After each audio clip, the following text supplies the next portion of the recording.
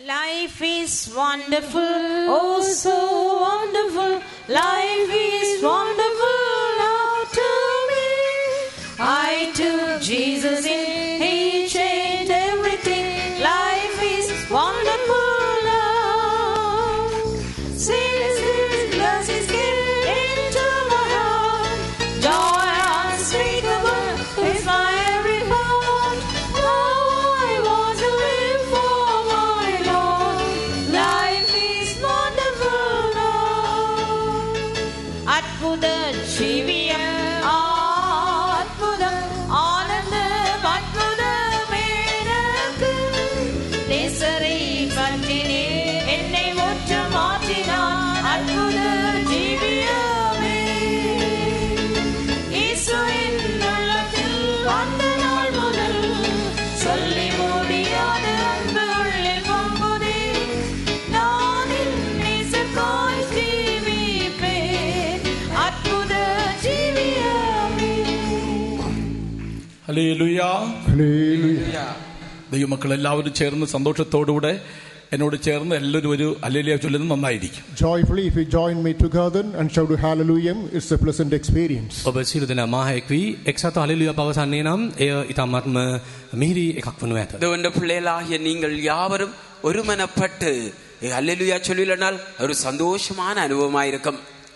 Hallelujah. Hallelujah. ദൈവത്തിന് സ്തോത്രം. Praise be to the Lord. දෙවියන් වහන්සේට ස්තුති වේවා. கர்த்தருடைய நாமத்துக்கு மகிமை உண்டாகட்டும். 10 വർഷത്തിന് ശേഷം വീണ്ടും ഈ ദേശത്തേക്ക് കടന്നു വരുവാന് ദൈവത്തെ സ്തുതിക്കുവാനും മഹത്വപ്പെടുത്തുവാനും നിങ്ങളുടെ മുൻപിൽ എഴുന്നേറ്റ് നിൽക്കുവാൻ ഒരു അവസരത്തോടെ തന്നതിൽ ദൈവത്തെ സ്തുതിക്കുകയാണ്. I thank the Lord for the Lord has given me an occasion to come over here after a span of 10 years and to stand before you and glorify the name of God. වසර 10කට පමණ පසුව මේ ස්ථානට පැමිණ ඔබ ඉදිරියේ සිටීමට ස්වාමීන් වහන්සේ දුන් අවස්ථාව ගැන මම දෙවියන් වහන්සේට ස්තුතිවන්ත වෙමි. 10 வருடங்களுக்கு பிற்பாடு உங்கள் மத்தியிலே வந்து கர்த்தருடைய நாமத்தின் மகிமை கண்டு நிற்கும்படியாக கர்த்தர் ஒரு தருணத்தை தந்தபடியால் கர்த்தரை ஸ்தோத்திரிக்கின்றேன். ഈ ദിവസങ്ങളിലുണ്ടായ ശുശ്രൂഷകളൊക്കെയും പരിശുദ്ധാത്മാവിൽ നടത്തിക്കൊണ്ടിരിക്കുന്നതിൽ ദൈവത്തെ സ്തുതിക്കുകയാണ്. I praise the Lord for these days meetings have been undertaken by the unction of the Holy Spirit of God. මේ දිනවල සුද්ධාත්මයන් වහන්සේගේ පාලනය යටතේ පැවැත්වෙන රැස්වීම ගැන මම දෙවියන් වහන්සේට ස්තුතිවන්ත වෙමි. இந்த நாட்களிலே நடக்கிற கூட்டங்கள் எல்லாவற்றையும் பரிசுத்த ஆவியானவர் தாமே பொறுப்படுத்தி நடத்தி கொண்டிருக்கிறபடினாலே கர்த்தரை ஸ்தோத்திரிக்கின்றேன். ആത്മീയമായ കൂട്ടായ്മയിലെ ശുശ്രൂഷയില് ദൈവമക്കൾക്ക് പ്രത്യേകിച്ച് കൂടി വരുന്നവർക്ക് ദാഹത്തോട് കടന്നു വരുന്നവർക്ക് അനുഗ്രഹമാണ്. The people of God who come to the presence of God with the greatest spiritual fervor and thirst, they will be immensely benefited by such gatherings. දේව අභිමුඛයට පැමිණෙන දේව දරුවන් ඔවුන් බොහෝ ආශිර්වාදයන් බොහෝ කරුණාවන් දෙවියන් වහන්සේ වෙතින් ලබා ගන්නවා. கர்த்தருடைய சமூகத்திலே தேவனுடைய ஆசீர்வாதங்களை பெற்றுக்கொள்ள வேண்டும் என்ற தாகத்தோடு வருகிறவர்களுக்கு கர்த்தர் நிறைவான ஆசீர்வாதத்தை அருளுகின்றார். ഒരു വേദവാക്യം വായിച്ച് അല്പകാര്യങ്ങൾ നിങ്ങളെ ഓർപ്പിക്കുവാൻ ആഗ്രഹിക്കുന്നു. Let's read a portion of the scripture and highlight a few things based on the same tonight. සුදුලි පාඨයෙන් අපි කියවමු. நாங்கள் සුදුලි පාඨයක් කියවමු. வேதத்திலிருந்து ஒரு வேத பகுதியை வாசிப்போம். 18 സങ്കീർത്തനം അതിന്റെ 16 വാക്യം. Let's move on to Psalm 18 verse 16. ගීතාවලිය 18:16. 18 சங்கீதம் 16 வசனம். He sent from above, he took me, he drew me out of many waters. උන්වහන්සේ උඩින් අතපවා මා අල්වාගත් සේක බොහෝ ජලධාරාවලින් මා ඇදගත් සේක. உயரத்திலிருந்து அவர் கை நீட்டி என்னை பிடித்து ஜல பிரவாகத்தில் இருக்கிற என்னை தூக்கி விட்டார். ദൈവത്തിന് മഹത്വം. Glory be to the Lord. දෙවියන් වහන්සේගේ සුදු නාමයට ගෞරවයක් වේවා. கர்த்தருடைய நாமத்துக்கு மகிமை உண்டாகட்டும். സങ്കീർത്തന ഭാഗങ്ങളെ കുറിച്ച് ചിന്തിക്കുമ്പോൾ പ്രധാനമായിട്ട് 150 സങ്കീർത്തനം കാണാൻ കഴിയുന്നു. When we think about the book of Psalms, importantly we understand there are 150 Psalms. ගීතාවලිය පිළිබඳව හැඳින්වීමක් කරන්නේ නම් ගීතිකාවන් 150ක අඩංගුය. அங்கே சங்கீதங்களை குறித்து நான் பார்க்கின்ற பொழுது 150 சங்கீதங்கள் இருக்கிறது. എഴുതിയിട്ട കാലഘട്ടങ്ങളെ കുറിച്ച് ചിന്തിക്കുമ്പോൾ 1440 തുടങ്ങി 430 വർഷങ്ങൾ കാലഘട്ടങ്ങളിൽ ഇടയിൽ വെച്ച് ചില വിശുദ്ധന്മാരാൽ എഴുതപ്പെട്ടതായ സങ്കീർത്തന ഭാഗമാണ് 150. When we think about the dispensations in which these Psalms were composed, we understand ranging from 1440 to 4030. Sorry, 430. இங்கே நாங்கள் சங்கீதத்தை குறித்து நாங்கள் பார்க்கின்ற வேளையிலே ஆகிய கிறிஸ்துக்கு முன் 1440 ஆண்டிலிருந்து கிறிஸ்து 430 ஆண்டு வரைக்கும் எழுதப்பட்டதாக காணப்படுகின்றது. ක්‍රිස්තුපූර්ව 1413 සිට 404 දක්වා කාල සීමා තුළදී මේ ලියුම් ලැබු බව අපට කිව හැකියි. ദാവീദ്, ആസാബ്, കോരഗ് പുത്രന്മാർ, ശലോമോൻ, ഹേമാൻ, ഏദാൻ, മോശ ആദിയായിട്ടുള്ളായ വിശുദ്ധന്മാർ രചിച്ചിട്ടുള്ളതായ ഭാഗങ്ങളാണ് സങ്കീർത്തനങ്ങളായി കൂട്ടിച്ചേർത്തിരിക്കുന്നത്. The book of Psalms, we understand, it's a compilation of psalms composed by David, Solomon, Asaph, and other such people of God. දාවිද්, සාලමෝන්, ආසාප් වැනි අය විසින් එම ගීත රචනා කර තිබෙන බව අපට පැහැදිලියි. இந்த சங்கீதங்களை குறித்து நாங்கள் பார்க்கின்ற வேளையிலே இந்த சங்கீதங்களானது தாவீது, சாலமோன், ஆசாப், கோராவின் புத்திரர் போன்றவர்களாலே அவைகள் எழுதப்பட்டவர்களாக இருக்கிறது. ദൈവത്തിന് മഹത്വം. Glory be to the Lord. കർത്തരുടെ നാമത്തിനായി ഉണ്ടാകട്ടെ. സങ്കീർത്തന ഭാഗങ്ങൾ ചിന്തിക്കുമ്പോൾ പ്രധാനമായിട്ട് ഇടയ സങ്കീർത്തനം, ആശ്വാസ സങ്കീർത്തനം, ഇങ്ങനെ ആദ്യമായി തുടങ്ങിയിരിക്കുന്ന വിവിധമായിട്ടുള്ള അനുഭവങ്ങളെ കുറിച്ച് നമുക്ക് ഈ സങ്കീർത്തന ഭാഗത്തിൽ വായിക്കാൻ കഴിയും. Further, when we think about the backdrop of the pages of Psalms, they categorize into pastoral psalms, psalms of comfort, and so on. එම ගීතයන් බලද්දී විවිධ මාතෘකාන් යටතේ විවිධ අදහස් උදාස් දක්වන ගීතයන් වශයෙන් අපට දැකිය හැකියි. நாங்கள் சங்கீதங்களை குறித்து பார்க்கின்ற வேளையிலே இந்த சங்கீதங்களில் இருக்கிற விடயங்களை குறித்து நாங்கள் பார்க்கின்ற பொழுது பலவிதமான அங்கே விடயங்கள் அடங்கி இருக்கிறதை நாங்கள் காணலாம். ഒന്ന് ഇടയ സങ്കീർത്തനം. This one, pastoral songs. එකක් නම් එඬේර ගීත. ஒன்று மேய்ப்பருக்குரிய சங்கீதம். ആശ്വാസത്തെ ഉളവാക്കുന്ന സങ്കീർത്തനം. Psalms create comfort. සැනසීම ගෙන දෙන ගීත. ஆறுதலை அளிக்கின்ற சங்கீதம். വിടുതലിൽ പ്രാപിക്കുന്ന സങ്കീർത്തനം. Psalms command deliverance. විමුක්තිය ගීත. விடுதலை கொடுக்கிற சங்கீதம். അനുദപിക്കുന്ന അനുതാപത്തിന്റെ സങ്കീർത്തനം. Psalms of regret. පසුතැවිල්ල ගෙන දෙන ගීත. அங்கே இரக்கங்கள் தயவுளை வேண்டி நிற்கும் சங்கீதங்கள். സ്തുതിയുടെ സങ്കീർത്തനം. Psalms of praise. පැසසුමේ ගීත. துதிக்கின்றதான சங்கீதங்கள். നമ്മൾ ഈ സങ്കീർത്തന ഭാഗത്തിലേക്ക് നമ്മൾ തിരിയുമ്പോൾ പലവിധമായിരിക്കുന്ന അനുഭവങ്ങളെ നമുക്ക് കാണാൻ കഴിയും. When we focus on the pages of Psalms, we understand plenty of experience are consistent therein. මෙම ගීත පිළිබඳව කරුණු සලකා බලද්දී විවිධ අත්දැකීම් හුවා දක්වන බව පැහැදිලිය. இந்த சங்கீதங்களை குறித்து நாங்கள் பார்க்கின்ற பொழுது இப்படிப்பட்ட பல்வேறு அனுபவங்கள் இணைக்கப்பட்டதா இருக்கிறதை நாங்கள் காண்கிறோம். 18 സങ്കീർത്തനം അതിന്റെ 16 വാക്യത്തിൽ ദാവീദ് ഈ സങ്കീർത്തന ഭാഗം പാടുവാനുള്ള പ്രധാന കാരണം എന്താണ്? What are the circumstances which accompanied David to sing this particular reference, which is mentioned in Psalm 18 verses 16? ගීතවල 18යි 16 David තමන්ගේ ගීතයෙන් පැහැදිලි කරන්නේ කුමක්දයි අපි සිතා බැලුවොත් இந்த சங்கீதம் 18-16 வசனத்திலே அங்கே தாவீது அதிலே அவர் விளங்கப்படுத்துவது என்னன்னு நாங்கள் பார்க்கின்ற பொழுது വിവിധമായിരിക്കുന്ന ശത്രുക്കളുടെ മധ്യത്തിലും പ്രത്യേകിച്ച് ശൗൽ ആദ്യമായിട്ടുള്ള ശത്രുക്കളുടെ മുൻപിൽ നിന്ന് രക്ഷ പ്രാപിച്ചതിനു ശേഷം അവൻ സന്തോഷത്തോടുകൂടെ വിടുതലിന്റെ സങ്കീർത്തനം പാടി ദൈവത്തെ സ്തുതിക്കുന്ന ഒരു അനുഭവമാണ് ഈ 18 സങ്കീർത്തനം. After finding deliverance from wide range of enmities, particularly from the clutches of the chase of Saul, in this passage we understand he is composing this psalm. සාවුල්ගේ අතින් විශේෂ සියලු සතුරන්ගෙන්ද සාවුල්ගේ අතින්ද ස්වාමින් වහන්සේ වූ මිදූ කාල ඔහු මේ ගීතිකායේ වචන ස්වාමින් වහන්සේට කී බව සඳහන් ව ඇත. அங்கே தாவீது பலவிதமான சத்துருக்களிலிருந்து விடுதலையாக்கப்பட்டு விசேஷமாக அங்கே சவுல் ராஜா அவனுடைய பிடியிலிருந்து பிடிக்கப்பட்ட விடுதலையாக்கப்பட்டதான வேளையிலே கர்த்தரை துதித்து எழுதுகிற சங்கீதமாயிருக்கின்றது. ദാവീദിന് മനസ്സിലായി ഉയരത്തിലൊടിക്കുന്ന പിതാവിന്റെ കരമാണ് എന്നെ വിടുവിച്ചത്. അതുകൊണ്ടാണ് ആ കരത്തെ അവൻ വർണ്ണിച്ചുകൊണ്ട് സ്തുതിച്ചുകൊണ്ട് ദൈവത്തെ മഹത്വപ്പെടുത്തുന്നതായി നമുക്ക് കാണാൻ കഴിയുന്നു. David came to understand it is the hand of the Heavenly Father that's above, that is stretched out and delivered him from the clutches of his enemy Saul. Wherefore, being bound by the spirit of gratitude, he is composing this psalm. ස්වර්ගීය පියාණන් ඔහුට අනුකම්පා කොට සතුරාගේ මර උගුලෙන් ඔහු මුදාගත් විටදී ඔහුගේ හදවත ගුණවන්ත කමින් පිරීතිරි ගොස් ඔහු මෙම ගීතය රචනා කළ ආකාරය අපට දැකිය හැකියි. அங்கே தன்னுடைய பரமபிதாவாகிய தேவனுடைய கரத்தினாலே மாத்திரமே எல்லா சத்துருக்களிடம் விருந்தும் தான் விடுதலை ஆக்கப்பட்டேன் என்றதான அந்த அன்பின் கட்டின் நிமித்தமாக அன்பினாலே நிறைந்து இந்த சங்கீதத்தை எழுதுகிறதை நாள் காண்கிறோம்.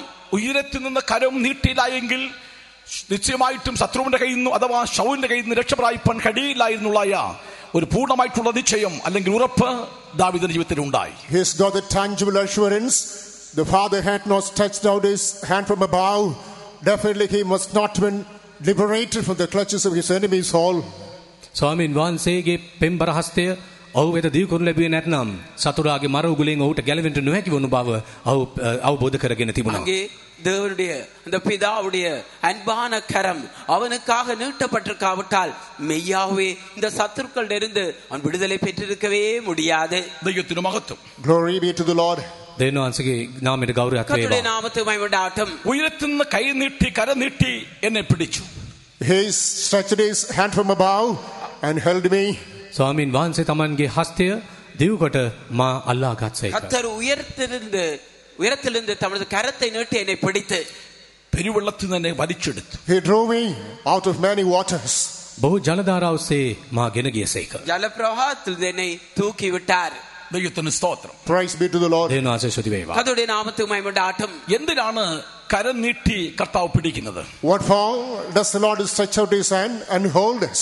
උන්වහන්සේ උඩින් අතපොවා අප අල්වා ගන්නේ කොයි අවස්ථාවේදීද? கர்த்ததாமே அங்கே அவர் தம்முடைய கரத்தை நீட்டி எந்த சந்தர்ப்பத்திலே எங்களை பிடித்துக் கொள்கிறார்? പല കാര്യങ്ങൾ നമുക്കത് മനസ്സിലാക്കാൻ കഴിയുന്നു. We can understand many things from this passage.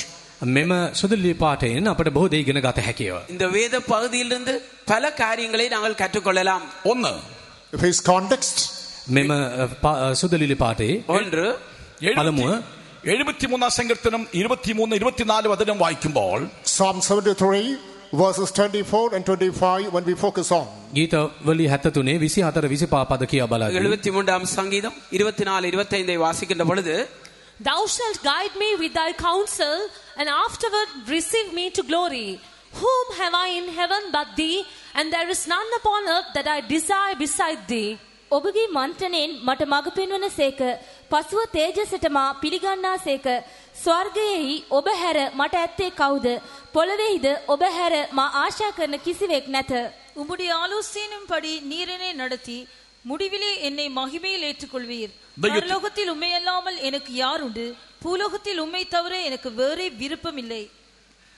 ദൈവത്തിന് മഹത്വം. Glory be to God. കർത്താവിന്റെ കരം പിടിച്ചിരിക്കുന്നു. എന്തിനു വേണ്ടിയാണ്? The hand of God is holding us. What for? ස්වාමින් වහන්සේගේ හස්තය අප අල්ලාගෙන ඇත්තේ කුමක් සඳහාද? கர்த்தருடைய கரம் எதற்காக எங்களை பிடித்து தாங்குகிறது? ദൈവത്തിന്റെ ആലോചനയിൽ നടത്തുവാൻ. In order to lead us in the counsel of God. උන්වහන්සේගේ මන්ත්‍රණයෙන් අපට මඟ පෙන්වන පිණිස அவர் தம்முடைய ஆலோசனையின்படியே எங்களை நடத்தும்படியாக. ദൈവത്തിന് മഹത്വം. Glory be to the Lord. දෙවියන් වහන්සේට ගෞරවයක් கர்த்தருடைய වේවා. நாமத்துக்கு மகிமை உண்டாகட்டும். നമുക്ക് വചനങ്ങളെ ചിന്തിക്കുമ്പോൾ പലവിധമായിരിക്കുന്ന ആലോചനയെ കുറിച്ച് മനസ്സിലാക്കാൻ കഴിയുന്നു. When we think about the word of God, we come to understand divergent types of counsels of God.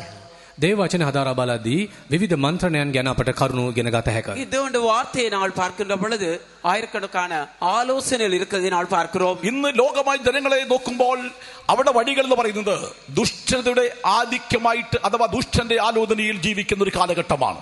When we observe the present world, we understand the end of society is corrupt to the onslaught of the wicked, and thus they move forward. වර්තමාන ලෝක දිස බලද්දී දුෂ්ටකමින් පිරි ඉදිරියට ගමන් ගන්න ආකාරය අපට දැකිය හැකිය. அங்கே நிகழ்கால உலகத்தை நாங்கள் நோக்கி பார்க்கின்ற பொழுது துன்மார்க்கருடைய பொல்லாதவருடைய ஆலோசனையின்படி அவர்கள் நடந்து கொண்டிருக்கிறதை நாங்கள் காணலாம். അതുകൊണ്ട് സങ്കീർത്തകനായ ദാവീദ് ഇപ്രകാരം പറയുന്നു. 1-ാം സങ്കീർത്തനത്തിൽ വായിക്കുന്നു, ദുഷ്ടന്മാർ അതപ്രകാരം നടക്കരുത്, പാപിയുടെ വഴി നിൽക്കരുത്, പരിഹാസ ഇരിപ്പിടത്തിൽ ഇരിക്കരുത്. ദുഷ്ടന്റെ ആലോചനയിൽ നടക്കാൻ പാടില്ല. Why for Psalmist David makes reference to the counsel of the wicked. In Psalm 1 case says, blessed is the man that walketh not in the counsel of the ungodly, stand in the way of the sinners, nor sit in the seat of the scornful. Thus we understand, do not follow the counsel, the way of the ungodly or the wicked. ගීතාවලියේ දාවිද් පවසනවා දුෂ්ටයන්ගේ මන්ත්‍රණ නොයන්නා වූ පෞකාරයන්ගේ මාර්ගයේ නොසිටින්නා වූ නින්දා කරන්නන්ගේ ආසනයේ නොහිඳින්නා වූ යනුවෙන්. நாங்கள் முதலாம் சங்கீதத்திலே 1ஆம் வசனத்திலே பார்க்கிறோம், துன்மார்க்கருடைய ஆலோசனை நடவாமலும் பாவிகளுடைய வழிகளில் இல்லாமலும் பரியக்காரர் உட்காரும் இடத்தில் உட்காரமாலும், அதாவது நாங்கள் துன்மார்க்கருடைய ஆலோசனை நடக்கக்கூடாது என்று கூறுகிறார். സദൃശ്യം 1:15 വാക്യത്തിൽ ഇങ്ങനെ വായിക്കുന്നു. In Proverbs chapter 1 verse number 15. හිතපදේශ 1:15 நீதிமொழிகள் 1ஆம் அதிகாரம் 15ஆம் வசனத்திலே, മകനെ നീ അവിടെ വഴിക്ക് പോകരുത്, നിന്റെ കാൽ അവിടെ പാതയിൽ വെക്കുകയും അരുത്. Thus we read, my son, walk not thou in way with them, refrain thy foot from their path. මාගේ පුත්‍රය ඔවුන් සමගේ මාර්ගයේ නොයන්න නුඹේ පය ඔවුන්ගේ මාවතින් වළක්වා ගන්න. என் மகனே நீ அவர்களோடே வழி நடவாமல் உன் காலை அவள் பாதைக்கு விலக்குவாயாக. അതിന്റെ 10ാം വാക്യത്തിൽ ഇങ്ങനെ വായിക്കുന്നു. The same chapter verse number 10. එම පරිච්ඡේදෙම 10 වෙනි පදේ කියවපලා. அதே அதிகாரம் 10ஆம் வசனத்திலே മകനെ പാപികൾ നിന്നെ വശീകരിച്ചാൽ നീ വഴിപെട്ടു പോരുത്. My son, if sinners entice thee, consent thou not. මාගේ පුත්‍රය පෞකාරය නුඹ පොළඹත් නම් එකඟ නොවන්න. என் மகனே பாவிகள் உனக்கு நயம் காட்டினாலும் நீ சம்மதியாதே. ഞങ്ങളുടെ കൂടെ വരിക. Come with us. අප සමග පැමිණෙන්න. நீ என்னோடு கூட வா. 13ാം വാക്യത്തിൽ വായിക്കുന്നു, നമുക്ക് വലിയൊരു സമ്പത്ത് നമുക്ക് ഉണ്ടാക്കാം. Coming to verse number 30, we read, let us make a precious substance. 13 වෙනි පදේ සියලු ආකාර අනර්ග වස්තු අපට සම්භවේ. இங்கே 13ஆம் வசனத்திலே விலை உயர்ந்த சகலவித பொருட்களையும் கண்டடைவோம். നമ്മുടെ വീടുകളെ കൊള്ള കൊണ്ട് നമുക്ക് നിറയ്ക്കാം. We shall fill our houses with the spoil. අපගේ නිවෙස් කොල්ලෙන් පුරවා ගන්න. எங்களுடைய கொள்ளை பொருட்கள்னாலே நம்முடைய வீடுகளை நிரப்புவோமாக. ഇന്നത്തെ ലോകത്തിൻ്റെതായിരിക്കുന്ന അനുഭവം എന്ന് പറയുന്നത് ദുർമാർഗത്തിലും ദുഷ്ടതയിലും പാപത്തിന്റെ അന്ധകാരത്തിൽ കൂടെ മനുഷ്യൻ മുൻപോട്ട് പോവുകയാണ്. The present world is moving forward under the coverage of darkness, sin, abominable things, wickedness and evil things of the world. මේ ලෝකේ පාප අන්ධකාරයේ දුෂ්ටකමේ මාර්ගෝස් අපි ගමන් කරමින් සිටියමු. இந்த உலகமானது இன்று பாவத்திலும் அக்கிரமத்திலும் அநியாயத்திலும் பல்வேறு தீமையான காரியத்திலும் அந்த ஆலோசனையிலேயே முன்னேறி கொண்டிருக்கிறதை நாம் காண்கிறோம். ഇന്ന് ആത്മീയമായ ലോകത്തിൽ നോക്കുകയാണെങ്കിലും എത്രയോ യൗവന തലമുറ വഷളത്വം നിറഞ്ഞിരിക്കുന്ന ലോകത്തിൽ പാപത്തിന് അന്ധകാരത്തിൽ കൂടെ ലോകമായിട്ടുള്ള കൂട്ടുകെട്ടിൽ അകപ്പെട്ട് നശിച്ചുകൊണ്ടിരിക്കുന്ന ഒരു കാലഘട്ടത്തെ നമുക്ക് കാണാൻ കഴിയുന്നു. Even when we observe the spiritual world also, we understand youngsters of the present generation plunging into the lust of the world. They get to company with the people of this world and move forward according to worldly fashion. වර්තමාන පරපුර ගැන සිතා බලද්දී ඔවුන් ලෞකික ජනයා සමග විවිධාකාර තෘෂ්ණාවලට ඇලී ගැලී ලෞකික විලාසිතා අනුගමනය කරමින් විනාශයේ මාර්ගය ගමන් කරමින් සිටින බව පැහැදිලිය. நாங்கள் இன்றைக்கு ஆவிக்குரிய உலகத்தில் இருக்கிற வாலிபர்களை பார்க்கின்றவர்களே கூட அவர்களும் கூட இந்த உலகத்துடைய பாவ வழிகள் லௌகிக வழிகள் இவைகளுக்கு அடிமைப்பட்டு மூழ்கி ஜீவிக்கின்றதை நாம் காண்கிறோம். അതുകൊണ്ടാണ് 24ാം വാക്യത്തിൽ ഇങ്ങനെ വായിക്കുന്നത്. Coming to verse number 24, we read, 24 වෙනි පදේ කියව බලද්දී நாங்கள் 24ஆம் வசனத்தை மீண்டும் வருகின்ற பொழுது, ഞാൻ വിളിച്ചിട്ട് നിങ്ങൾ ശ്രദ്ധിക്കാതെയും ഞാൻ കൈ നീട്ടിയിട്ട് ആരും കൂട്ടാക്കാതെയും നിങ്ങൾ എന്റെ ആലോചനയൊക്കെയും തിരിച്ചു കളയുന്നു, അതുകൊണ്ട് നിന്റെ അനർത്ഥവസത്തിൽ ഞാൻ ചിരിക്കും. because I have called and he refused, I have stretched out my hand and no man regarded. He has set at naught all my counsel and did none of my reproof, and I'll also laugh at your calamity. I'll mock when your fear cometh. මක්නිසාද මමන්ට ගැසීමි නුඹලා කැමැති වූහය මාගේ අත දිව් කෙලෙමි කවරෙක්වත් සැලකුවේ නැත. நான் கூப்பிட்டேன் நீங்கள் கேட்க மாட்டோம் என்கிறீர்கள். நான் என் கையை நீட்டியும் கவனிக்கிறவன் ஒருவனும் இல்லை. என் ஆலோசனை எல்லாம் நீங்கள் தள்ளி என் கடந்து கொள்ளுதலை வெறுத்தீர்கள். ദൈവത്തിന് മഹത്വം. Glory be to the Lord. കർത്താവ് കൈ നീട്ടുന്നു, പക്ഷേ ദൈവത്തിന്റെ വചനത്തെയും അവന്റെ കരത്തെയും വിശ്വസിക്കാൻ കഴിയാതെ ലോകത്തിന്റെ അടിയിൽ ജീവിക്കുന്ന തലമുറകളോട് സംസാരിക്കും, പറയുകയാണ് നിങ്ങളുടെ ആപത്ത് സമയത്ത് അവൻ ചിരിക്കും.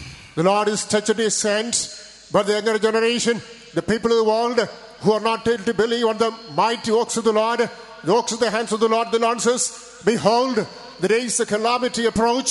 You will call unto me, you will cry unto me, I will laugh at you. ස්වාමින් වහන්සේ කතා කරද්දී ආසන්නේ නැතුව නුඹලා මාගේ සියලු දැනුමුතුකම් සුළුකොට මාගේ අවවාදය කොහෙත්ම පිළි නොගත්තහුය.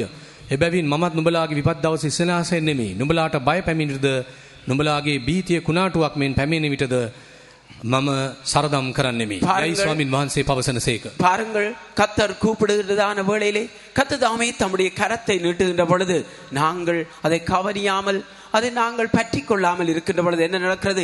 எங்களுக்கு பிரச்சனைகள், கஷ்டங்கள், துன்பங்கள் வருகின்ற பொழுது நாங்கள் தேவனை கூப்பிடுகின்ற பொழுது அவர் கேட்காதவரை போல, அவர் அறியாதவர் போல அப்படியே இருந்து விடுவார். ദൈവീയ വചനങ്ങളും ദൈവ പ്രമാണങ്ങളും ഉപദേശങ്ങളും നമുക്ക് ലഭിക്കുമ്പോൾ അതിനൊത്തവണ്ണം ആലോചനയ്ക്കൊത്തവണ്ണം കീഴ്പ്പെടാതെ അനുസരിക്കാതെ മുൻപോട്ട് പോയാൽ മറ്റു ദുഷ്ടതയിലും പാപത്തിലും അവസാനിക്കുകയാണെങ്കിൽ ഒരു കാലത്തും രക്ഷപ്പെടാൻ കഴിയില്ല. Where spiritual laws, ordinances, word of God, the commandment of God is given into us, instead of heeding to such a voice and advice of God, if we press forward according to fantasies or laws, we cannot find any kind of rescue from the clutch of damnation. ආත්මික අනපනත් දිව්‍ය මන්ත්‍රණය ප්‍රතික්ෂේප කොට ලෞකික මන්ත්‍රයන් ඔස්සේ අපි ගමන් කරමු නම් අපට විපත්තියෙන් විනාශයෙන් ගැලවෙන්නට පුළුවන් වන්නේ නැත. பாருங்கள் கர்த்தர் எங்களுக்கு கற்பனைகளையும் பிரமாணங்களையும் நியாயங்களையும் ஆலோசனைகளையும் இவைகள் எல்லாவற்றையும் எங்களுக்கு தந்திருக்கிறார். ஆனால் இவை எல்லாவற்றையும் நாங்கள் தள்ளி எங்களுக்கு இவை எல்லாம் வேண்டாம் என்று நடப்போமே, ஆனால் கடைசியாக எங்களுக்கு வருகிற அழிவில் இருந்து எங்களுக்கு பாதுகாப்பே இல்லாமல் போய்விடும். ദൈവത്തിന് ലഭിച്ചതായ ജനത്തോട് സംസാരിക്കുകയാണ്. ദൈവീയ പ്രമാണങ്ങൾ ഉപദേശങ്ങൾ ലഭിച്ചിരിക്കുന്ന ഞങ്ങളോട് പറയുന്നു, ഒരിക്കലും പാപത്തിന്റെ വഴിയിലും മ്ലേച്ഛമായിട്ടുള്ള അവസ്ഥയിൽ ഒരിക്കലും മുൻപോട്ട് പോകരുത്. ദൈവത്തിന്റെ ആലോചനയിലും ദൈവ പ്രമാണത്തിൽ നമ്മൾ മുൻപോട്ട് പോകണമെന്നൊരു മുന്നറിയിപ്പ് തരികയാണ്. The people under whom the law of God, the word of God, the counsel of God had been given, the Lord is giving a note of caution, ignoring, negating the commandment of God. Do not move forward lest you should be plunged into desolation. දේව මන්ත්‍රණය ඉගැන්වීම උපදේශය අප දෙන්න ලැබෙන දේව ප්‍රතික්ෂේප කොට අපගේ මාර්ග ඔස්සේ ගමන් කරන්නෙමු නම් විනාශය පිළිබඳ අන්තරංගවීමක් කර තිබෙනවා. கர்த்தர் எங்களுக்கு கொடுத்திருக்கிற நியாயங்கள் நீதிகள் ஆலோசனைகள் எல்லாவற்றையும் நாங்கள் செய்து அதிலே முன்னேறி செல்லாமல் நாங்கள் அவைகளை தள்ளிவிடுவோமானால் நியாய தீர்ப்பு வைக்கப்பட்டிருக்கிறது. സദൃശ്യം 12:15 വാക്യത്തിൽ ഇങ്ങനെ വായിക്കുന്നു. Proverbs chapter 12 verse number 15. හිතපො 12:15 நீதிமொழிகள் 12 அதிகாரம் 15 வசனம். ഭോഷന്റെ വഴി അവന് ചൊവ്വായി തോന്നും, ജ്ഞാനിയോ ആലോചനയിൽ നടക്കുന്നു. The way of a fool is right in his own eyes, but that who hearkens unto counsel is wise. මෝඩයාගේ මාර්ගය තමාගේ ඇස්වලට නම් හරිව පෙනෙන්නේය. එහෙත් ඥානවන්තයා දැනමිතිකම් අසන්නේය. மதியனுடைய வழி அவன் பார்வைக்கு செம்மையாயிருக்கும், ஆலோசனைக்கு செவி கொடுக்கிறவனோ ஞானம் உள்ளவன். ജ്ഞാനിയുടെ ജ്ഞാനിയായിരിക്കുന്ന ശലോമോൻ ഇപ്രകാരം പറയുന്നു, നിശ്ചയമായിട്ടും ജ്ഞാനത്തിൽ കൂടെയും വിവേകത്തിൽ കൂടെയും പരിജ്ഞാനത്തിൽ കൂടെ ജീവിക്കുന്നവർക്ക് നിശ്ചയമായിട്ടും ദൈവത്തിന്റെ ആലോചനയുണ്ട്. ആലോചന ജീവിക്കുന്നവർക്കൊരു മഹത്വ രാജ്യം പ്രാപിപ്പാൻ കഴിയുമെന്ന്. In the words of Solomon the wise, those who live the life according to the wisdom, understanding, prudence and counsel of God, there is a set way before them. If they continue their journey through the way, there is pleasant end to them. ප්‍රඥාවන්ත සාලමෝන් රජු පවසන ආකාරයෙන් ස්වාමින් වහන්සේ දී තිබෙන උපදේශ මන්ත්‍රණයන් සහ මාර්ගෝපදේශ අනුව ගමන් කරන්නෙමු නම් අවසානයේ ප්‍රසන්න වූ නිමාවක් අපට දීමට උන්වහන්සේට පුළුවන්. ஞானியாகிய சாலமோன் சொல்வது என்னவென்றால், அங்கே வழிகளிலே எங்களுக்கு ஞானம், புத்தி, ஆலோசனை இவைகள் எல்லாம் கொடுக்கப்பட்டிருந்தது.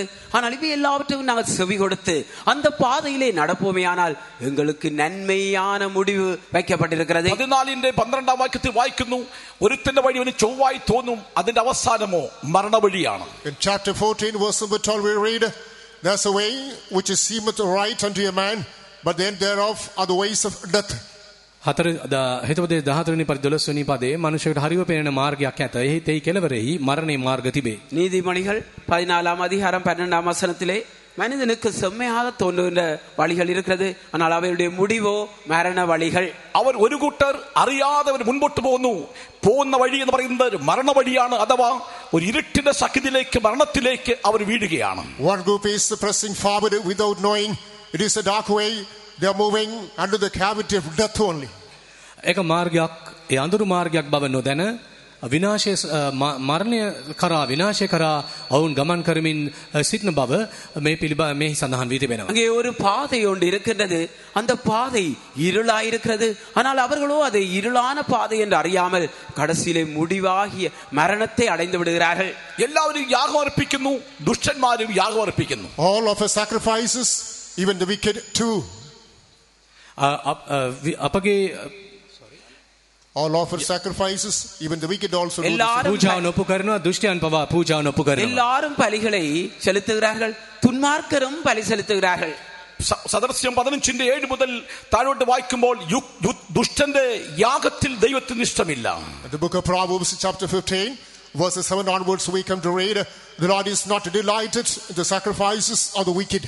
හිතපදේශ 15:7 සිට අපි කියවන්නේ ස්වාමින් වහන්සේ දුෂ්ටයන්ගේ පූජාව ගැන ප්‍රසන්න නොවන බවයි. இங்கே நாங்கள் நீதிமொழிகள் 15:8 வாசிக்கின்ற பொழுது கர்த்தருடைய துன்மார்க்கருடைய பலி அவருக்கு அருவருப்பாய் இருக்கிறது. ദുഷ്ടതയിൽ കൂടെയും പാപത്തിന്റെ ചതിയിൽ കൂടെ അകപ്പെട്ട് മുൻപോട്ട് വന്ന ജനങ്ങൾ ദൈവമേ എന്ന് വിളിച്ചാൽ നിശ്ചയമായിട്ട് നിന്റെ പ്രാർത്ഥനയ്ക്ക് മറുപടി ലഭിക്കത്തില്ല. കാരണം ദുഷ്ടന്റെ യാഗത്തിൽ ദൈവം പ്രസാദിക്കുന്നില്ല. The people who move forward in the track of wickedness, unrighteous and abomination, even though they call upon God, oh God help us, God would not hearken to their cry, he will not help, because the Lord is not delighted in the sacrifice of the wicked. දෘෂ්ටයන්ගේ පූජාව ගැන ස්වාමින් වහන්සේ ප්‍රසන්න නොවන නිසාත් එය පිළිකුලක් වන නිසාත් ඔවුන් කොයිතරම් ස්වාමින් වහන්සේ සමත යාඥා කළත් පිළිතුරු බලාපොරොත්තු විය නොහැකියි. துன்மார்க்கருடைய பலியிலே கத்ததாமை பிரியம் இல்லாதபடினாலே அவர்கள் எவ்வளவுதான் அவர்கள் கத்தரை நோக்கி கூப்பிட்டாலும் கத்தர் அவருடைய துன்மார்க்க வழியில் அருவருப்பான பாவ வழிகள் அநீதியான வழிகளை சென்று கொண்டிருக்கிறபடினாலே அந்த ஜெபத்துக்கு கத்தர் உத்தரவளிக்க மாட்டார். സമൂഹത്തിൽ നിനക്ക് വിലയും നിലയും ഉണ്ടായിരിക്കാം, സമൂഹം നിന്നെ ആദരിച്ചേക്കാം, എവിടെ നിനക്ക് സ്ഥാനമാനവും ലഭിച്ചേക്കാം. പക്ഷേ നീ പാപത്തിന്റെ അന്ധകാരത്തിൽ കൂടെ ജീവിച്ച് മുൻപോട്ട് വന്ന കാലത്തോളം ദൈവത്തിന് മുൻപിൽ നിനക്ക് സ്ഥാനമില്ല, നിന്റെ യാഗത്തിൽ ദൈവം പ്രസാദിക്കുന്നില്ല. Perhaps you might be an outstanding personality in the society. The society might esteem you, honor you, and honor you. But if you do not go according to the path of God, the Lord is not delighted in your sacrifice. සමාජයේ කැපිපෙනෙන පුද්ගලයෙකු වී හැකි, ගෞරවය කීර්ති නාමය දිනාගත් පුද්ගලයෙකු වී හැකි. නමුත් ස්වාමින් වහන්සේගේ මාර්ග ඔස්සේ ඔබ ගමන් කරන්නේ නැත්නම් ස්වාමින් වහන්සේ ඔබ ගැන ප්‍රසන්න වන්නේවත් ඔබට ආශිර්වාද කරන්නේවත් නැත. நீங்கள் தாமே சமுதாயத்திலே உயர்ந்த அந்தஸ்து உள்ள ஒரு நபராய் காணப்படலாம், சமுதாயம் உங்களை அங்கீகரிக்கின்றதாக காணப்படலாம். ஆனாலும் கூட நீங்கள் கர்த்தருடைய வழிகளிலே நடக்காவிட்டால் கர்த்தருடைய பலியை அங்கீகரிக்க போறதில்லை. ഉദാഹരണമായി ചിന്തിച്ചാൽ, For instance, උදාහරණයක් වශයෙන් உதாரணமாக ഒന്ന് രാജാക്കന്മാരുടെ പുസ്തകം 12-ാം അധ്യായത്തിന്റെ 10 മുതൽ വായിക്കുമ്പോൾ, coming to 1 Kings chapter 12 verse 10 onwards, පළවෙනි රාජාවලිය පළවෙනි පරිච්ඡේදයේ 12 වෙනි පදයේ සිට 15. முதலாம் ராஜாக்கள் 12ஆம் அதிகாரம் 10ஆம் வசனத்திலிருந்து பார்க்கின்ற பொழுது, സലോമോന്റെ മരണത്തിന് ശേഷം രഹബയാം രാജാവായിട്ട് വരുന്നു. after the death of Solomon, Rehoboam became the king. සාලමෝන් රජුගේ මරණයෙන් පසු சலமோனுடைய ராஜாவுடைய மரணத்துக்கு ரெஹோவாம் ராஜாவாக රෙහෝබෝවාම් රජ බවට පත් වුණා. യെരൊബയാമും കൂട്ടർ ജനങ്ങളും രഹബയാമിന്റെ അടുക്കൽ വന്നിട്ട് ഇപ്രകാരം സംസാരിക്കുന്നു. Jeroboam and his followers come unto Rehoboam and say, ரெஹோபோவாம் சஹோගේ ආනුගාමිකයන් ෂෙකෙම්ට ගිය බව කියා තිබෙනවා. அங்கே ரெஹோவாமும் அவருடைய பின்பற்றவர்களும் வந்து என்ன சொல்கிறார்கள்? നിന്റെ പിതാവ് അഥവാ സലോമോൻ ഞങ്ങൾ ഭരണം നടത്തിയപ്പോൾ നമ്മൾ വളരെ വേദന ഉണ്ടാക്കി, കഷ്ടമായിരുന്നു, ഞെരുക്കമായിരുന്നു, പീഡയായിരുന്നു. ആ അവസ്ഥയിൽ നിന്നൊക്കെ ഒരു വിടുതൽ ഞങ്ങൾക്ക് ഉണ്ടാക്കി തരണം എന്നുള്ള ആ അനുഭവം ലഭിച്ചു കേട്ടപ്പോൾ ഞങ്ങൾക്ക് നല്ല വർത്തമാനം ലഭിച്ചു തരണം എന്ന് പറഞ്ഞപ്പോൾ രഹബയാം ഇപ്രകാരം പറഞ്ഞു, 3 ദിവസം കഴിഞ്ഞിട്ട് നിങ്ങൾ എനിക്ക് വരാൻ പറഞ്ഞു.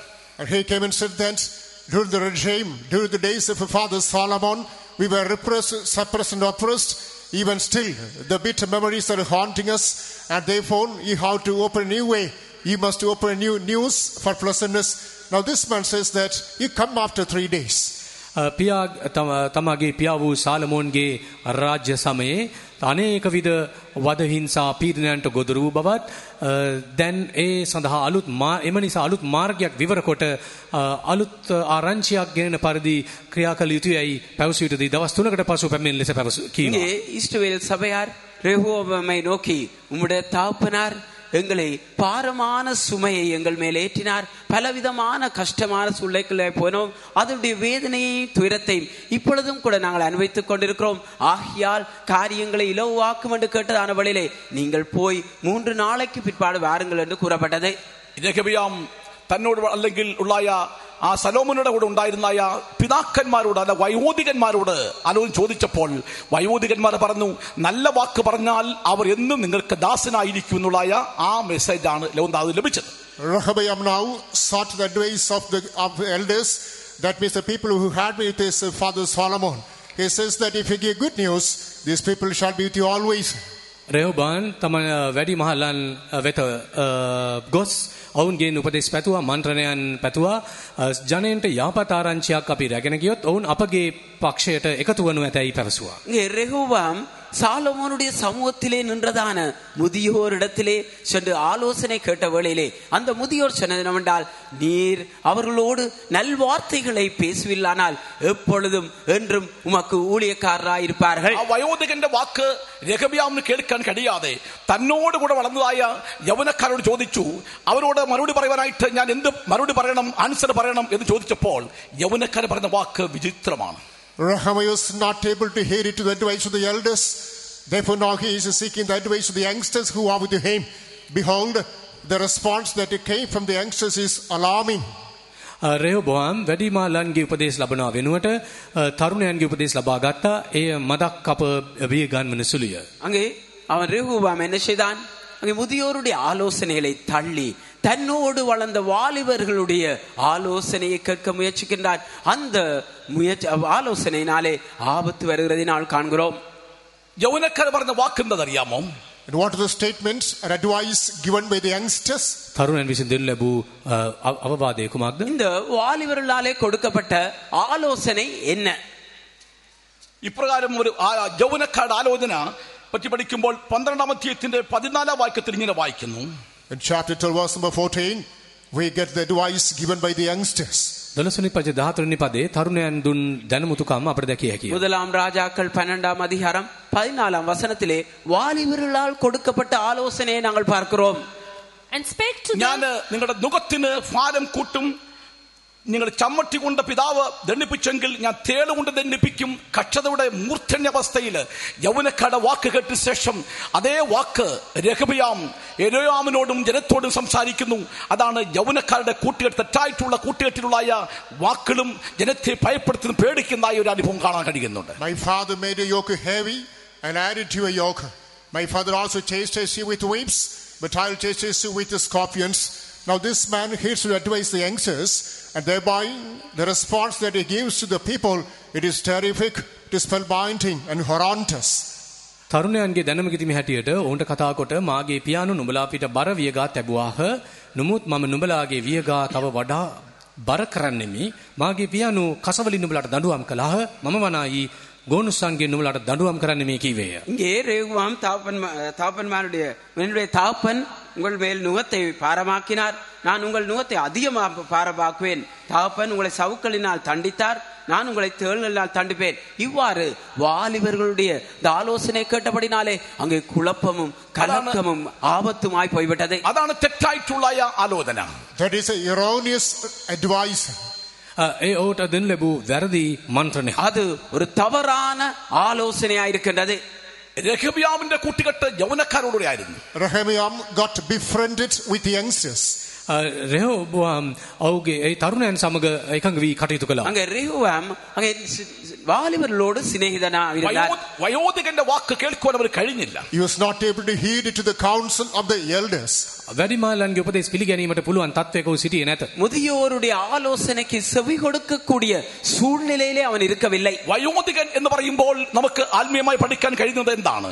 In the spiritual angle, what does the term elder refer to? වැඩිමාල්ලන්ගේ උපදේශය ආත්මික දෘෂ්ටිකෝණයකින් පෙන්වුම් කරන්නේ කුමක්ද? நாங்கள் ஆவிக்குரிய கோணத்திலே பார்க்கின்ற பொழுது முதியோருடைய ஆலோசனை எதை காட்டுகிறது? വയോധികൻ പറയുമ്പോൾ അനുഭവമുള്ള ശുശ്രൂഷകർ, അനുഭവമുള്ള മാർക്കമുള്ള സഭ, അനുഭവമുള്ള ദൈവമക്കളുடைய സഹകരണത്തിൽ അവിടെ ആരാധനയും അവിടെ കൂട്ടായ്മ അവിടെ ഉപദേശങ്ങൾ കേട്ടുകൊണ്ട് ജീവിക്കുന്ന ജീവിതത്തെയാണ് അത് വെളിപ്പെടുത്തുന്നത്. The term elder refers to the congregation full of experiences, saints and servants of God put on prolonged experience, and you have to hearken to their advice and counsel and lead take your life forward. වැඩිමහල්ලන්ගේ උපදෙස් ඔවුන්ගේ අත්දැකීම් තුලින් ලැබෙන මන්ත්‍රණයන් මග පෙන්වීම ඔස්සේ තමුන්ගේ ජීවිත ඉදිරියට ගෙන යාමට අපට හැකි විය යුතුයි. முதியோருடைய ஆலோசனை என்று சொல்லுகின்ற வேளையிலே தங்களுடைய வாழ்க்கையிலே அவர்கள் நன்றாய் அனுபவங்களுக்கூடாக அங்கே ஊழியத்திலே முதிர்ந்து பல அனுபவங்களுக்கூடாக சென்றவர்களுடைய ஆலோசனை கேட்கின்ற பொழுது ஒரு பெரிய முன்னேற்ற பாதையிலே செல்லலாம். അതുകൊണ്ടാണ് യെരമ്യാപുരം 6:16 വാക്യത്തിൽ വായിക്കുന്നു, നിങ്ങൾ വഴികളിൽ ചെന്ന് നല്ല വഴി ഏതെന്ന് ചോദിച്ച് പഴയ പാതകളെ തോക്കി ചോദിച്ച് അതിൽ നടപ്പി, എന്നാൽ നിങ്ങൾക്ക് വിശ്രാമം ലഭിക്കും. That's why coming to the book of Jeremiah chapter 6 verse number 16, you have to go to the ways and you seek for the better advice, then you shall find comfort to your souls. එම නිසා යෙරමියා වෙනි පරිච්ඡේද 10 වෙනි පදයට අපට කියවේ යකේ නුඹලා මාර්ගවල නැවත සිට බලා හොඳ මාර්ගය කොයි එකද කියා පුරාණ මාවත් ගැන අසාගෙන එහි ඵලයල්ලා එවිට නුඹලාගේ ආත්මලට සහනය ලැබෙයි ස්වාමින් වහන්සේ කියනසේක. ஆகையால் தான் எரேமியா 6 அதிகாரம் 16 வசனத்திலே வழிகளிலே நின்று பூர்வ பாதைகள் எதென்று கேட்டு விசாரித்து நல்ல வழிகள் எங்கே என்று பார்த்து அதிலே நடவுங்கள், அப்பொழுது உங்கள் ஆத்மாவுக்கு இளைப்பாறுதல் கிடைக்கும் என்று கர்த்தர் சொல்கிறார் என்று நாங்கள் பார்க்கிறோம். പഴയ പാത എന്ന് പറയുമ്പോൾ പിതാക്കന്മാരുടെ വഴി അല്ലെങ്കിൽ വയോധികന്റെ പാത അല്ലെങ്കിൽ അപ്പോസ്തലന്മാരുടെ പാത അല്ലെങ്കിൽ ശ്രേഷ്ഠമായ ഉപദേശമുള്ള സഭ, അതാണ് നമുക്ക് കാണാൻ കഴിയുന്നത്. You have to ask for the older paths. This older path refers to the path of the apostles, the path of the saints, the path that there is a doctrine of God, the path that shall take you into the presence of God. පුරාණ මාවතන අදහස් වන්නේ පුරාතනයන්ගේ මාර්ගය, ප්‍රේරිතයන් ආදී පියවරුන්ගේ මාර්ගය එය අප සැනසීම කරා ගෙන යයි. இங்கே பூர்வ பாதைகள் என்று சொல்லுகின்றதான வேளையிலே அது எங்களுடைய முற்பிதாக்களுடைய பாதைகளா இருக்கிறது, ஆதி அப்போஸ்தலருடைய பாதைகளா இருக்கிறது, சபையில் இருக்கிற பரிசுத்தவான்களுடைய பாதைகளா இருக்கிறது. இது தேவனுடைய சமூகத்துக்கு எங்களை கொண்டு செல்லும். നിങ്ങളുടെ ഹൃദയവും നിങ്ങളുടെ മനസ്സും നിങ്ങളുടെ ആത്മാവും നിങ്ങളുടേതായിരിക്കുന്ന ഓരോ അനുഭവങ്ങളും ഈ പറഞ്ഞിരിക്കുന്നത് പോലെ പിതാക്കന്മാരുടെ അല്ലെങ്കിൽ അപ്പോസ്തലന്മാരുടെ കൂടെയാണ് ഐക്യപ്പെട്ടിരിക്കുന്നത് ഉണ്ടെങ്കിൽ അവർ മാത്രം കരവുയർത്തി അല്ലല്ലോ പറയാമോ? If you have every experience of yours, that's experience of your body, soul, spirit, heart, and every aspect of your life, if that is clinging on to the path, the old path, that means path of the ancestors, elders, that's apostles, please lift up your hands and shout hallelujah. ආත්මය, ප්‍රාණය, ශරීරය දෙවියන් වහන්සේට බාරකොට පැරණි පියවරුන්ගේ ඒ පුරාණ මාවත් ඔස්සේ ගමන් කිරීම සඳහා ඔබගේ ජීවිත ඔබ බාර දියක් නම් අතවසව හලෙලුයා කියන්නේ. என்னுடைய ஆவி ஆத்மா சரீரத்திலே நான் தானே என்னுடைய முற்று முழுதாக இந்த முற்பிதாக்களுடைய இந்த பூர்வ பாதைக்கு ஒப்பு கொடுத்திருக்கிறேன் என்று சொல்லுகிறவர்கள் கரங்களை உயர்த்தி அல்லேலூயா சொல்லுங்கள். ഹല്ലേലൂയ அல்லேலூயா ഹല്ലേലൂയ அல்லேலூயா. നമ്മൾ ഹല്ലേലൂയ ചൊല്ലുമ്പോൾ സ്വർഗ്ഗം സന്തോഷിക്കുകയാണ്. When you shout hallelujah, heaven rejoices. අපි හලෙලුයා ශබ්ද පාතුනේ ස්වර්ගීය ප්‍රීති ഘോഷ අපවත්වයි. நாங்கள் அல்லேலூயா சொல்லும் பொழுது பரலோகம் சந்தோஷப்படுகிறது. എന്തിനു വേണ്ടി ഹല്ലേലൂയ പറയുന്നത് അറിയാമോ? What for should we shout hallelujah? අපි හලෙලුයා ශබ්ද පාත්වන්නේ මන්ද? நாங்கள் ஏன் அல்லேலூயா என்று சொல்லுகிறோம்? വയോധികന്റെ വാക്ക് കേൾക്കുന്നു. You have to hearken to the advice of the elders. වැඩිමහල්ලන්ගේ මන්ත්‍රණය පිළිගන්නා නිසා. முதியோருடைய ஆலோசனையின்படி நடப்பதினாலே നല്ല വഴികൾ കൂടെ ജീവിക്കാൻ ആഗ്രഹിക്കുന്നവർ നല്ല ആലോചനകൾ അംഗീകരിക്കും. Those who want to live their life according to good ways, they will accept good counsels. ස්වාමීන් වහන්සේගේ යහපත් මාර්ග ඔස්සේ තමුන්ගේ ජීව සකස් කර ගන්නා යහපත් උපදේශයන් පිළිගනු ඇත. நல்ல பாதையிலே நடக்கிற தேவனுடைய பிள்ளைகள் அந்த நல்ல ஆலோசனைக்கு செவி கொடுப்பார்கள். തെറ്റായിട്ടുള്ള യൗവനക്കാരുമായിട്ടുള്ള ബന്ധത്തിൽ ജീവിച്ചതായ യെരോബെയാമിന് പിതാക്കന്മാരുടെ ആലോചന കേൾക്കാൻ കഴിഞ്ഞില്ല. അവർ യൗവനക്കാരുടെ ആലോചന കേട്ട ശേഷം അവർ ജനത്തോട് സംസാരിക്കുന്നു. Jeroboam, who was not able to hear to advice of the elders, and he got to befriend with the youngsters, the people who walk according to worldly fashion, sins of the world, he was not able to exhibit a good exemplary rule. රෙහොබෝහන් වැඩිහිටියන් වැඩිමාලන්ගේ උපදේශය ප්‍රතික්ෂේප කොට ඒ වෙනුවට තරුණයන්ගේ දැනුමුතුකම් පරිදි සෙනග තමන්ගේ පක්ෂයට එකතු කරගත් ගැනීමෙන් ඔහු ලෞකික විලාසිතා තමුන් කැමති මාර්ග ඔස්සේ ලෞකික මාර්ග ඔස්සේ ගමන් කිරීම සම්බන්ධයෙන් ඔවුන්ට උපකාරයක් කරමින් වැරදි ආදර්ශයක් දැක්වූ බවට කියන්න පුළුවන්. யெரோவாம் என்ன செய்கிறான்? முதியோருடைய ஆலோசனை கேட்க முடியாதவனாய் வாலிபர்கள் இந்த உலகத்துடைய வழிகள் ஆடம்பரங்கள் இவைகளினாலே அவன் அங்கே செய்வதின் ஆலோசனை கேட்டபடினாலே தன்னுடைய ஆட்சியை உறுதியாக்கி கொள்ள முடியவில்லை. ദൈവത്തിന് മഹത്വം. Glory be to the Lord. දේවාසේ ස්තුති වේවා. கர்த்தருடைய நாமத்துக்கு மகிமையுண்டாகட்டும். എന്തിനു വേണ്ടിയാണ് നമ്മുടെ കർത്താവ് നമ്മെ കൈക്ക് പിടിച്ചിരിക്കുന്നത്? What is the purpose with which our Lord is holding our hand? ස්වාමීන් වහන්සේ අපගේ අත අල්ලාගෙන සිටීමේ අදහස කුමක්ද? கர்த்தர் எங்களுடைய தம்முடைய கரத்தினாலே எங்களை பிடித்து வைத்திருக்கிறதுடைய நோக்கம் என்ன? ദൈവത്തിന്റെ ആലോചനയിൽ നടത്തുവാൻ. You know, to lead us in the counsel of God. දෙවියන් වහන්සේගේ මන්ත්‍රයෙන් අපට මඟ පෙන්වන පිණිස. தேவனுடைய ஆலோசனையிலே எங்களை நடத்தும்படியாக. ഞാൻ ഒരു സംഭവ കഥ അല്ലെങ്കിൽ ഒരു വ്യക്തി പറഞ്ഞ് സംസാരിച്ചതായ ഒരു അവസ്ഥ ഞാൻ ഇപ്പോൾ ഓർക്കുകയാണ്. A true event that I heard from the first information comes to my memory now. ඉතා සිදු එක්තරා සිදුවීමක් පිළිබඳ දැන් මතක් වෙනවා. என்னுடைய மனதுக்கு நடந்ததான உண்மை சம்பவம் ஞாபகத்துக்கு வருகிறது. ഒരു പിതാവും ആ സ്നേഹിച്ചതായ ഒരു കുട്ടിയുമായിട്ട് നടന്ന് മുൻപോട്ട് പോവുകയായിരുന്നു. A father and a loving child were moving forward. පියෙකුද ආදරණීය දරුවෙකුද ඔවුන් ගමනක යෙදී සිටියා. அங்கே ஒரு தாப்பனும் அன்பான பிள்ளையும் அங்கே அவர்கள் நடந்து கொண்டு முன்னுக்கு சென்றார்கள். അവരൊരു തോട് അല്ലെങ്കിൽ ആറ് കടന്നിട്ട് അല്ലെങ്കിൽ ഒരു വെള്ളം ഉള്ള ഒരു ഇടം കഴിഞ്ഞ ശേഷം പാലത്തെ കൂടെ അവർ അക്കരെ കടക്കണമായിരുന്നു. After they had to cross a place with the water like a stream or a river, and they had to cross the other side through the bridge. ඇලක් ගඟක් වැනි තැනක් පසුකර එගොඩ විය යුතුව තිබුණා. அவர்கள் அங்கே தண்ணீர் பாய்ந்து கொண்டிருக்கின்ற ஒரு ஆற்றை போன்ற இடத்தை பாலத்துக்கூடாக அக்கறைக்கு கடக்க வேண்டும். ആ പാലത്തെ കയറിയപ്പോൾ ആ പിതാവ് ആ കുട്ടിയെ ബലമായിട്ട് പിടിച്ചു. On stepping upon the bridge, the father held the hand of the child tightly. ගඟේ ගොඩවීම සඳහා පාලමට නැගුණු පියා සහ දරුවා පියා තමගේ දරුවාගේ අතින් තදින් අල්ලා ගත්තා. அந்த பாலத்தை கடக்க பாலத்துக்கு மேல் கால் வைத்த உடனே தகப்பன் பிள்ளையை இறுக பிடித்துக் கொண்டார். ആ പാലത്തിൽ കയറിയപ്പോൾ ആ കുട്ടിക്ക് ഏതോ കണ്ണിന് ഇമ്പമുള്ള ഇഷ്ടമുള്ള ഏതോ വസ്തു ആ പാലത്തിൽ കിടക്കുന്നതായി കണ്ടു. On stepping upon the bridge, the child noticed some object that's a playful thing that attracted the child is in the bridge. පාල මත ගොඩනැගුලටදී දරුවාගේ අවධානය සිත ඇදගත් යම් කිසි දෙයක් පාලම් මත දිස්වන බව දුටුවා. அந்த பாலத்தை கடக்கின்ற வேளையிலே அந்த பாலத்தை மத்தியிலே ஏதோ ஒரு மின்னரான பொருள் இருக்கிறதை அந்த பிள்ளை கண்டது. ആ കുട്ടി കുനിഞ്ഞു എടുക്കാൻ നോക്കി. The child attempted to hold it. දරුවා එය ඩැහැ ගැනීමට උත්සාහ කළා. பிள்ளை அதை எடுக்க பிடிக்க முயற்சித்தார். എന്നാൽ പിതാവ് വിട്ടില്ല. The father did not let go. පියා ඉඩ දුන්නේ නැත. ஆனால் தகப்பனோ இடம் கொடுக்கவில்லை. ഒരു ചെറിയ പാലത്തെ കൂടാണ് കടന്നു വന്നത്. ആ പിതാവ് കൈവിട്ടെങ്കിൽ അഥവാ പിതാവ് കുട്ടിയെ പിടിച്ചിരുന്നില്ലായിരുന്നെങ്കിൽ നിശ്ചയമായിട്ടും അതിനിഷ്ടമുള്ള ഒരു വസ്തുവിനെ എടുക്കാൻ കുനിയും, അത് താഴെ വെള്ളത്തിലേക്ക് പതിക്കും, മരണം സംഭവിക്കും. They were passing through a narrow, a small bridge. The child made an attempt to hold that object. The father did not let it go. If the father had freed the child, definitely that should have plunged into the water. මෙසේ දරුවා ඉදී ගැනීමට තත් කළ අවස්ථාවේදී පියා දරුවා තදින් අල්ලා ගත්තා. යම් හේකින් පියාගේ අත හැරුණා නම් මේ දරුවා ගඟ පාලමින් ලිස්සා වැටෙනු ඇති. அவர்கள் கடந்ததான பாலம் மிகவும் ஒடுக்கமான பாலமாக இருந்தது. ஏதோ ஒரு வகையிலே தகப்பன் அந்த பிள்ளையை எடுக்க குனிய கையை விட்டிருந்தால் சில வேளைகளிலே தவறி விழுந்து மரணமும் சம்பவித்திருக்கலாம். പിതാവ് കുഞ്ഞിനെ കൈക്ക് പിടിച്ച് അക്കരെ കടന്നു. The father was holding the hand of the child. They crossed over the other bank. පියා දරුවාගේ අත අල්ලා පාලමින් එගොඩ වුණා. தகப்பன் அந்த பிள்ளையுடைய கையை பிடித்துக் கொண்டு பாலத்துடைய அக்கறையை அடைந்தார்கள். പ്രത്യേകിച്ച് ദൈവമക്കളോട് ഒരു കാര്യം പറയട്ടെ. Importantly, I would like to remind one thing to the people of God.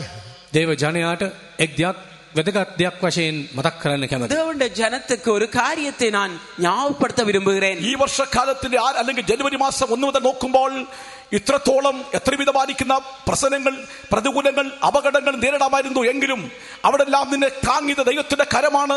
ഇത്രത്തോളം കർത്താവിന്റെ കരത്തിൽ നിന്നെ സൂക്ഷിച്ചിരിക്കുന്നു വിശ്വസിക്കുന്ന ദൈവമക്കൾ മാത്രം ദൈവത്തിന് മഹത്വം കൊടുത്ത് ദൈവത്തെ സ്തുതിക്കണം.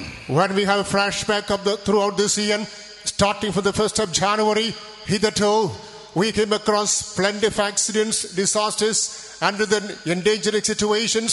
If the hand of God did not hold us, we should have gone astray. Therefore, those who are remembering the same, those who have that grateful heart, you must glorify the name of God now. මේ වසරේ සිදුවීම් පිළිබඳව අපගේ අවධානය යොමු කර බැලුවොත්, අපි ආපස්ස බැලුවොත් ජනවාරි මාසයේ සිට මේ දක්වා අප නොයෙකුත් මාරක අනතුරු වලට මුහුණ දීමට ආසන්න වූ අවස්ථාවන්, අනතුරුදායක අවස්ථාවන්, මෙවැනි පරීක්ෂා සෝදිසි අවස්ථාවන් දෙවියන් වහන්සේ අප සමග සිටමින් අපගේ අත අල්ලා අපට මඟ පෙන්වුවේ නැත්නම්, අප ආරක්ෂා කර තිබුණේ නැත්නම් අප අද සුරැකිව සිටින බව අපට කිව නොහැකිය. நாங்கள் தாமே අපේ වගේම දෙවියන් වහන්සේට ස්තුතිවන්තව ගුණවන්තව ස්තුති කළ යුතු ඇත. நாங்கள் தாமே எங்களுடைய வாழ்க்கையை திரும்பி பார்க்கின்ற வேளையிலே ஜனவரி மாதம் 1ஆம் தேதியிலிருந்து பல்வேறு விதமான ஆபத்துகள், நாசமோசங்கள், விபத்துக்கள் இவை எல்லாவற்றிலிருந்தும் கர்த்தர் எங்களை பாதுகாத்துக் கொண்டிருக்கிறார். இதை நாங்கள் நினைக்கின்ற பொழுது நன்றியுள்ள இருதயத்தோடு அவரை துதிக்க வேண்டியவளாயிருக்கிறோம். കർത്താവിന്റെ കരമാണ് നമ്മെ സൂക്ഷിച്ചത്. ഇത്രത്തോളം കർത്താവിന്റെ കരം നമ്മെ പിടിച്ചിരിക്കുന്നു വിശ്വസിക്കുന്നവരെ മാത്രം കരയിലോട്ട് ദൈവത്തെ സ്തുതിച്ചാട്ടെ. Those who believe it is the hand of God that had been holding us, still the Lord is holding us, and therefore let us lift our hand and praise God. මේ දක්වා අප අල්ලාගෙන සිටි දෙවියන් වහන්සේගේ හස්තය පමණයි, උන්වහන්සේගේ හස්තය පමණයි අප අල්ලාගෙන සිටින්නේ කිව හැකි සියලු දෙනාම අතෝසවා හලෙලුයා. ஆம், கர்த்தருடைய கரம் மாத்திரமே எங்களை பிடித்து வைத்து பாதுகாத்தது. இன்னும் பிடித்துக் கொண்டிருக்கிற என்று சொல்கிறவர்கள் கரங்களை வைத்து சோதரியுங்கள். ஹல்லேலூயா, ഹല്ലേലൂയ, ഹല്ലേലൂയ. ദൈവത്തിന്റെ കരത്തിനെ പിടിച്ചു വലിപ്പാൻ ഒരു ശക്തിക്ക് കഴിയില്ല. There is no power that can fetch you away from the hand of God. දෙවියන් වහන්සේගේ හස්තයෙන් ඔබ උදුරා ගැනීමට හැකි කිසිම බලවේගයක් නැහැ. தேவனுடைய கரத்திலிருந்து எந்த ஒரு வல்லமையாலும் உங்களை பறித்து விட முடியாது. ദൈവത്തിന്റെ കരം ബലമുള്ള കരമാണ്. The hand of God is a strong one. දෙවියන් වහන්සේගේ හස්තය බලවත් එකකි. தேவனுடைய கரம் வல்லமை உள்ள கரமாயிருக்கிறது. നീട്ട കരമാണ്. It is a stretched out hand. දිගු කළ හස්තය. நீட்டப்பட்ட கரமாயிருக்கிறது. സൂക്ഷിക്കുന്ന കരമാണ്. It's a protecting hand. ආරක්ෂා කරන பாதுகாக்கிற கரமாயிருக்கிறது. Hallelujah, hallelujah. ആ ബലമുള്ള കരത്തിൽ താണിരിക്കുന്നവെങ്കിൽ നിശ്ചയമായിട്ടും ഇനിയുള്ള കാലഘട്ടം മുഴുവനും നിനക്ക് സുരക്ഷിതമായിരിക്കും. If you submit yourself under the mighty hand of God throughout the remaining days of your life, you are under absolute safety.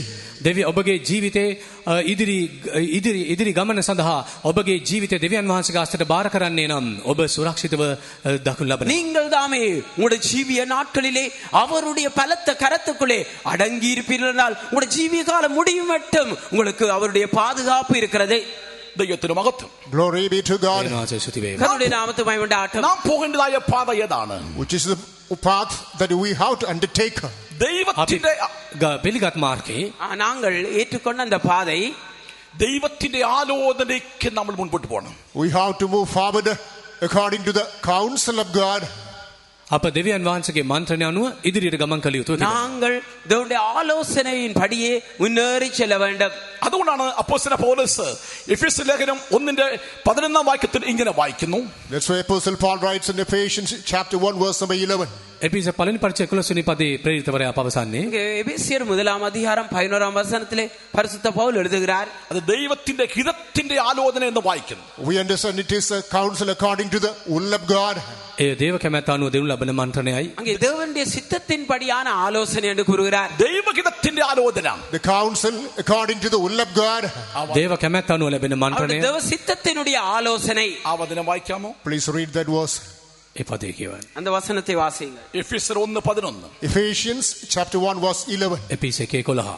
எபேசியர் 1:11 வசனம். In whom also we have obtained an inheritance, being predestinated according to the purpose of him who worketh all things after the counsel of his own will. එසේ තමන්ගේ කැමැත්තේ මන්ත්‍රණය හැටියට සියල්ල සිද්ධ කරන්නා වූ තනන් වහන්සේගේ නියමයේ ප්‍රකාරයට අප පෙර නියම කරනු ලැබ ක්‍රිස්තුස් වහන්සේ තුල උරුමයක් වී සිටිමුව. தமது சித்தத்தின் ஆலோசனைக்கு தக்கதாக எல்லாவற்றையும் நடப்பிக்கிற அவருடைய தீர்மானத்தின்படியே நாங்கள் முன்குறிக்கப்பட்டு கிறிஸ்துவுக்குள் அவருடைய சுதந்திரமாகும்படி தெரிந்து கொள்ளப்பட்டோம். എന്താണ് ദൈവത്തിന്റെ ഹിതത്തിന്റെ ആലോചന? What is the counsel of the will of God? දේව කැමැත්තේ මන්ත්‍රණය කුමක්ද? தேவனுடைய சித்தத்தின் ஆலோசனை என்ன? എന്നാണ് ഹിതത്തിന്റെ ആലോചന? What is the counsel of God? ස්වාමීන් වහන්සේගේ මන්ත්‍රණය කුමක්ද? அந்த தேவ ஆலோசனை என்ன?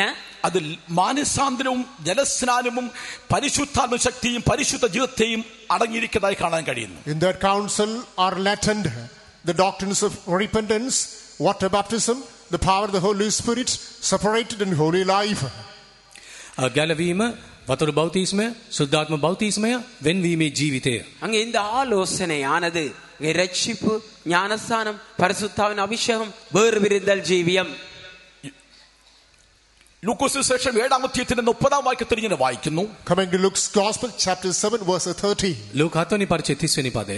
லூக்கா 7:30 വചനത്തിലെ പരീശന്മാരും ന്യായശാസ്ത്രിമാരും അവനാൽ സ്നാനം എടുക്കാതെ ദൈവത്തിന്റെ ആലോചന അവർക്ക് വൃഥാവാക്കി കളഞ്ഞു വായിക്കുന്നു. The Pharisees and the lawyers rejected the counsel of God against themselves, being not baptized of him. නමුත් පරිසවරුද ව්‍යවස්ථා උගන්වන්නන්ද ඔහුගෙන් බෞතිස්ම ලැබ දෙවියන් වහන්සේගේ අදහස තමුන්ටම එපා කළ බව කියා දෙනවා. பரிசேயரும் நியாய சாஸ்திரியுமோ அவனாலே ஞானஸ்தானம் பெறாமல் தங்களுக்கு கேடுண்டாக தேவனுடைய ஆலோசனையை தள்ளிவிட்டார்கள். സ്നാനം എന്ന് പറയുന്നത് ദൈവത്തിന്റെ ആലോചനയാണ്.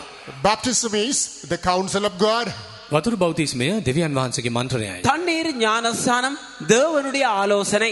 ഈ സ്നാനം സ്വീകരിക്കും മുൻപായിട്ട് യേശു പറഞ്ഞിരിക്കുന്ന കൽപ്പന നമ്മൾ അനുസരിക്കണം. അതാണ് യോഹന്നാൻ 3:3 യേശു പറയുകയുണ്ടായി. Before being baptized, you have to obey the counsel given by Lord Jesus Christ, which is mentioned in John's Gospel chapter 3 verse 3. යෝහන්ගේ සුබලපොත 33 වෙනි 30 වෙනි පදේ කියා තිබෙන පරිදි ඊට පෙර ස්වාමින් වහන්සේ දී තිබෙන මන්ත්‍රණයට කීකරු වීම වග බලා ගත යුතුයි. யோவான் எழுதின சுவிசேஷம் 3:3 வசனத்திலே நாங்கள் ஞானஸ்தானம் முன்பாக தேவன் அங்கே கொடுத்த ஆலோசனைக்கு கீழ்ப்படிய வேண்டும். പുതുതായി ജനിച്ചില്ലെങ്കിൽ ദൈവരാജ്യം കാണുവാൻ ആർക്കും കഴിയില്ല. Except a man be born again, he cannot see the kingdom of God. යෝහන් 3:3 කියා තිබෙන්නේ යමෙක් අලුතෙන් නූපන්නොත් ඔහුට දෙවියන් වහන්සේගේ රාජ්‍යය දැකිය නොහැකිය. ஒருவன் மறுபடியும் பிறவாவிட்டால் தேவனுடைய ராஜ்யத்தை காண மாட்டான். ഒരുവൻ ദൈവരാജ്യം അവകാശമാക്കണമെങ്കിൽ എന്ത് ചെയ്യണം? If a person is to inherit the kingdom of God, what should he do? යම් කිසි කෙනෙක් දෙවියන් වහන්සේගේ රාජ්‍යයත් පත් කර ගැනීම සඳහා නම් ඔහු කළ යුතු ඇත්තේ කුමක්ද? ஒருவர் தேவனுடைய ராஜ்யத்தை சுதந்திரித்துக் கொள்ள வேண்டுமே ஆனால் அவர் என்ன செய்ய வேண்டும்? അതിനാണ് യേശു ദിക്കോദമ ശ്രീമദേശം മറുപടിയായിട്ട് പറയുണ്ടായി 5-ാം വാക്യത്തിൽ വെള്ളത്താലും ആത്മാവിനാലും ജനിച്ചില്ലെങ്കിൽ ഒരുവൻ ദൈവരാജ്യത്തിൽ കടപ്പാൻ കഴിയില്ല. What is to be done is mentioned in verse 5. Jesus Christ gives as a response to Nicodemus, verily, verily, I say unto you, except a man be born of water and spirit, he cannot enter the kingdom of God. මිනිසෙක් මහලුව සිටියේදී උපදින්න පුළුවන් කොහොමද? දෙවෙනි වර මව් කුසට ඇතුළු උපදින්න පුළුවන් දැයි උන්වහන්සේට කීවේය. යේසුස් වහන්සේ උත්තර දෙමින් සබවක් නුඹට කියමි, යමෙක් වතුරෙන් ආත්මයෙන් නූපන්නොත් ඔහුට දෙවියන් වහන්සේගේ රාජ්‍යයට ඇතුළු වෙන්න බැරිය. ஆனாலும் கர்த்தர் அந்த நிக்கோதேமுக்கு என்ன சொல்கிறார்? ஒருவன் ஜலத்தினாலும் ஆவியினாலும் பிறப்பால் தேவனுடைய ராஜ்யத்துக்குள்ளே பிரவேசிக்க மாட்டான் என்று மெய்யாவே மெய்யாவே உனக்கு கூறுகிறேன். അതുകൊണ്ടാണ് അപ്പോസ്തലനായ പൗലോസ് റോമ സഭയ്ക്ക് ലേഖനം എഴുതുമ്പോൾ 6-ാം അധ്യായത്തിന്റെ 1-ാം വാക്യത്തിൽ വായിക്കുന്നു, ഇപ്രകാരം വായിക്കുന്നു. Wherefore when Apostle Paul writes Epistle to the Church of Romans, particularly in chapter 6, the first verse we read. රෝමාවෙනි පරිච්ඡේද පළවෙනි පදයේ සිට සුදුර පාවුල් දෙන උපදේශය තවදුරටත් අපි කරුණු සලකා බලද්දී ரோமர் 6-ாம் அதிகாரம் 1-ாம் வசனத்திலே பரிசுத்த பவுல் அதை குறித்த ஆலோசனை உபதேசத்தை அங்கே நாங்கள் காண்கிறோம். ആകയാൽ നാം എന്ത് പറയുന്നു? കൃപ വരേണ്ടതിന് പാപം ചെയ്തുകൊണ്ടിരിക്കുക എന്നോ? ഒരു നാളും അരുത്. What shall we say then? Shall we continue in sin that grace may abound? God forbid. මින් මතු අපි පාපේ පවතිමුද? නමුත් උන්වහන්සේ එය තහනම් කරනසේක. ஆகையால் என்ன சொல்லுவோம்? கிருபை பெருகும்படிக்கு பாவத்திலே நிலை நிக்கலாம் என்று சொல்லலாமா? கூடாதே. പാപ സംബന്ധമായി മരിച്ചവരായ നാം ഇനി അതിൽ ജീവിക്കുന്നത് എങ്ങനെ? അഥവാ പാപത്തിൽ ജീവിക്കുന്നത് എങ്ങനെ? How shall we that are dead to sin live any longer therein? That means, how can we continue in sin again? පාපෙට මැරී සිටින අප තවදුරටත් පාපේ පවතින්නේ කෙසේද? පව් කරන්නේ කෙසේද? பாவத்துக்கு மரித்த நாம் அதிலே எப்படி பிழைத்திருப்போம்? அப்படி என்றால் தொடர்ந்து எப்படி நாங்கள் பாவம் செய்யக்கூடும்? പാപത്തിന് ബോധനം ലഭിക്കണമെങ്കിൽ ജലസ്നാനം സ്വീകരിക്കണം. In order to find the remission of your sins, he must obey water baptism. පව්කමාව ලබා ගන්නා පිණිස පව් මකා දමන පිණිස වතුරු බෞතිස්මය ලබා ගත அங்கே යුතුයි. பாவ மன்னிப்பு பெற்று பாவ நீங்கும்படியாக நீங்கள் ஞானஸ்நானத்தை எடுத்துக்கொள்ள வேண்டும். തങ്ങളുടെ പാപങ്ങളെ ഏറ്റുപറഞ്ഞുകൊണ്ട് യോർദാൻ നദിയിൽ യേശുവിന്റെ അടുക്കൽ ചെന്ന് സ്നാനം സ്വീകരിച്ചുവെങ്കിൽ, അതാണ് സ്നാനം. ഒരുവൻ സ്നാനം സ്വീകരിക്കാൻ ആഗ്രഹിക്കുന്നുവെങ്കിൽ തങ്ങളുടെ പാപങ്ങളെ തങ്ങൾ തന്നെ ഏറ്റുപറഞ്ഞ് ഉപേക്ഷിച്ചിട്ട് സ്നാനം സ്വീകരിക്കണം. Lord Jesus Christ took baptism in River Jordan. Many people came into the Lord and the Jordan. They confessed their sins and took water baptism. Therefore, when a person wants to have the real atonement, the real remission of his sins, he must first make a confession, and after which he must take this baptism. යෝහන් බෞතිස්ත වෙතින් වතුරු බෞතිස්ම ලබාගත් විටදී ඔවුන් තමුන්ගේ පව් කියා දෙමින් වතුරු බෞතිස්ගත් බව කියා තිබෙනවා. ඒ අරුයින්ම බෞතිස්මයට පෙර පාපෝච්චාරණයක් කළ යුතු ඇත. அங்கே யோவான் ஸ்நானகன் அங்கே தனி ஞானஸ்தானம் கொடுத்த பொழுது அவரிடத்திலே ஞானஸ்தானத்துக்கு வந்தவர்கள் தங்களுடைய பாவங்களை அறிக்கையிட்டு ஞானஸ்தானத்தை பெற்றுக் கொண்டார்கள். ஆகியால் நாங்களும் கூட பாவத்தை அறிக்கை செய்துதான் ஞானஸ்தானம் எடுக்க வேண்டும். പാപങ്ങളുടെ മോചനം പ്രാപിക്കണമെങ്കിൽ നിശ്ചയമായിട്ടും അവര് പിതാവിന്റെയും പുത്രന്റെയും പരിശുദ്ധാത്മ നാമത്തിൽ കർത്താവിനെ യേശു വിശ്വസിച്ചുകൊണ്ട് പാപങ്ങളെ ഏറ്റുപറഞ്ഞ് ഉപേക്ഷിച്ചുകൊണ്ട് സ്നാനം സ്വീകരിക്കണം. അപ്പോൾ അവൻ പുതിയ സൃഷ്ടിയാകുകയാണ്. In order to find remission of his sins, you have to believe in the name of the Father, the Son, the Holy Ghost, in the name of Lord Jesus Christ. You must make a confession of all the sins that you committed during the yesterdays, and you thus take water baptism. Thus you are freed from the clutches of sin. ඔබගේ සියලු පාප කියා දෙමින් පියාණන්ගේද පුත්‍රයන්ගේද සුද්ධාත්මයන්ගේද නාමයට බෞතිස්මය ලබනටදී පාපේ ග්‍රහණයෙන් ඔබ මුදුන් ලබනවා. பாருங்கள், நீங்கள் உங்களுடைய பாவங்களை அறிக்கை செய்து பிதா குமாரன் பரிசுத்தாவின் நாமத்தினாலே அங்கே இயேசுவின் மேல் விசுவாசம் வைத்தவர்களாய் நாங்கள் அப்படி ஞானஸ்நானம் எடுக்கின்ற பொழுது அந்த பாவத்தில் இருந்து ஒரு மன்னிப்பு கிடைத்து விடுகிறது. ദൈവത്തിന്റെ ആലോചനയാണ് മാനസാന്തരം. ദൈവത്തിന്റെ ആലോചനയാണ് സ്നാനം സ്വീകരിക്കേണ്ടത്. The counsel of God is repentance again. Water baptism is also the counsel of God.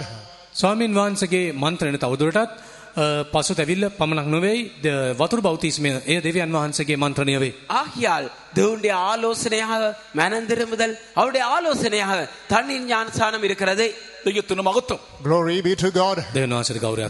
നാമത്തെ ഭയമുണ്ടാകട്ടെ. ദൈവീയ വചനത്തിൽ നമ്മൾ കീഴ്പ്പെടുമ്പോൾ നിശ്ചയമായിട്ടും ദൈവത്തിന്റെ ആത്മാവ് നമ്മെ ആ വഴിയ സത്യത്തിൽ നമ്മെ നടത്തിക്കൊണ്ടിരിക്കും. When we obey the word of God, the Spirit of God shall be steering us unto the counsel, the truth of God.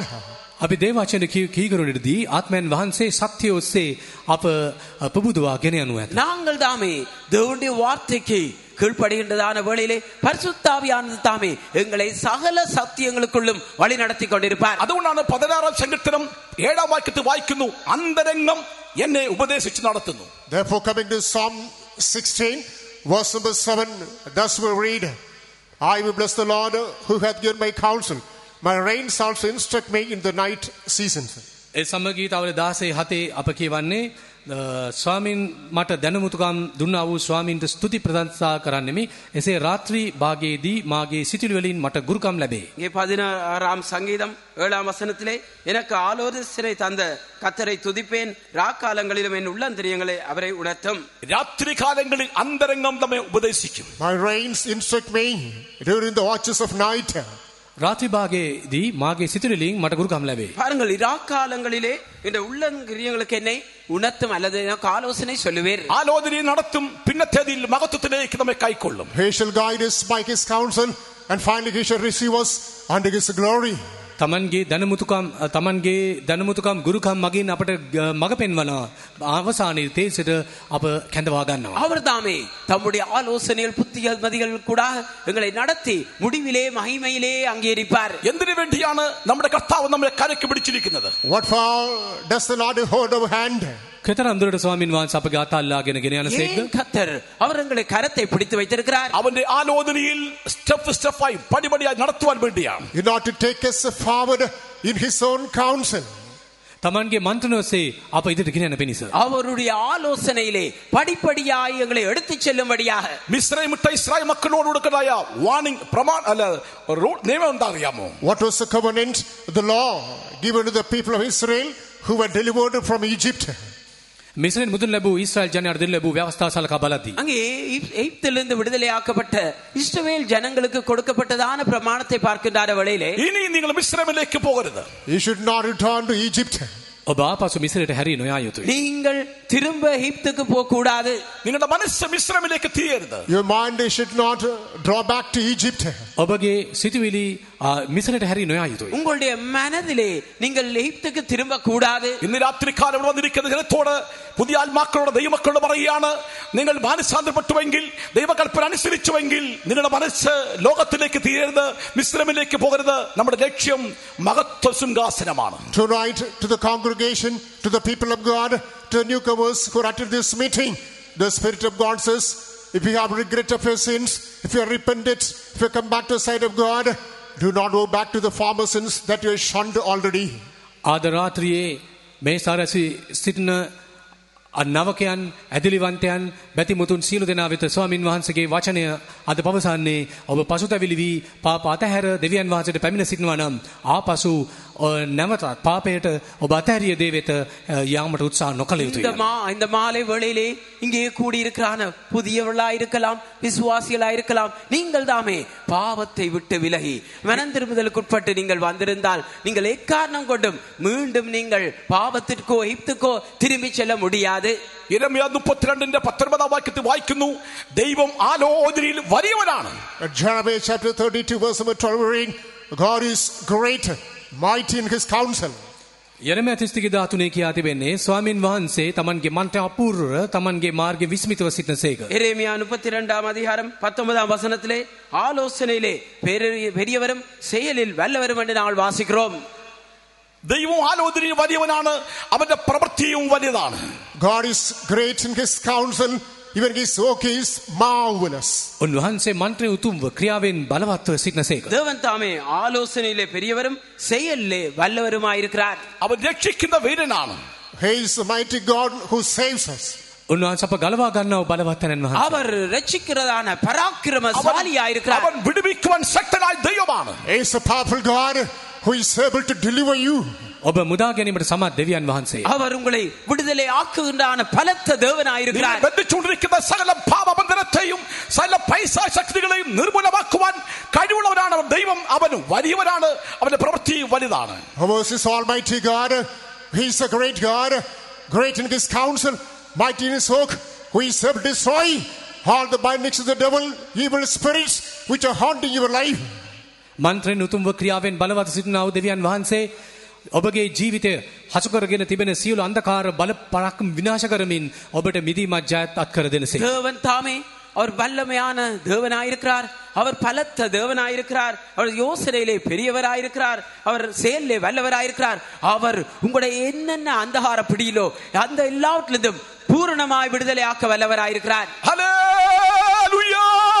Hallelujah. മലയാള പാട്ട് പാടിയാൽ നിങ്ങൾക്ക് സന്തോഷം ഉണ്ടാവാതിരിക്കാം. If you sing a Malayalam song, I suppose you'll be delighted. യഹോവാ ദൈവമാം വിശുദ്ധ ജാതി നാം അവൻ അവകാശമാം ജനന്താൻ പരദേശികൾ നാം ഭാഗ്യശാലികൾ ഇതുപോലൊരു ജാതിയുണ്ടോ യഹോവാ ദൈവമാം വിശുദ്ധ ജാതി നാം അവൻ അവകാശമാം ജനന്താൻ. യഹോവ വലിയവൻ, വിശുദ്ധ ജാതിയാണ് നാം, ഒരു ശ്രേഷ്ഠ ജാതിയായിട്ട് ദൈവം നമ്മെ തിരഞ്ഞെടുത്തിരിക്കുകയാണ്. The Lord is greater, and we are the Lord has chosen us as a peculiar nation, a holy set of people of God.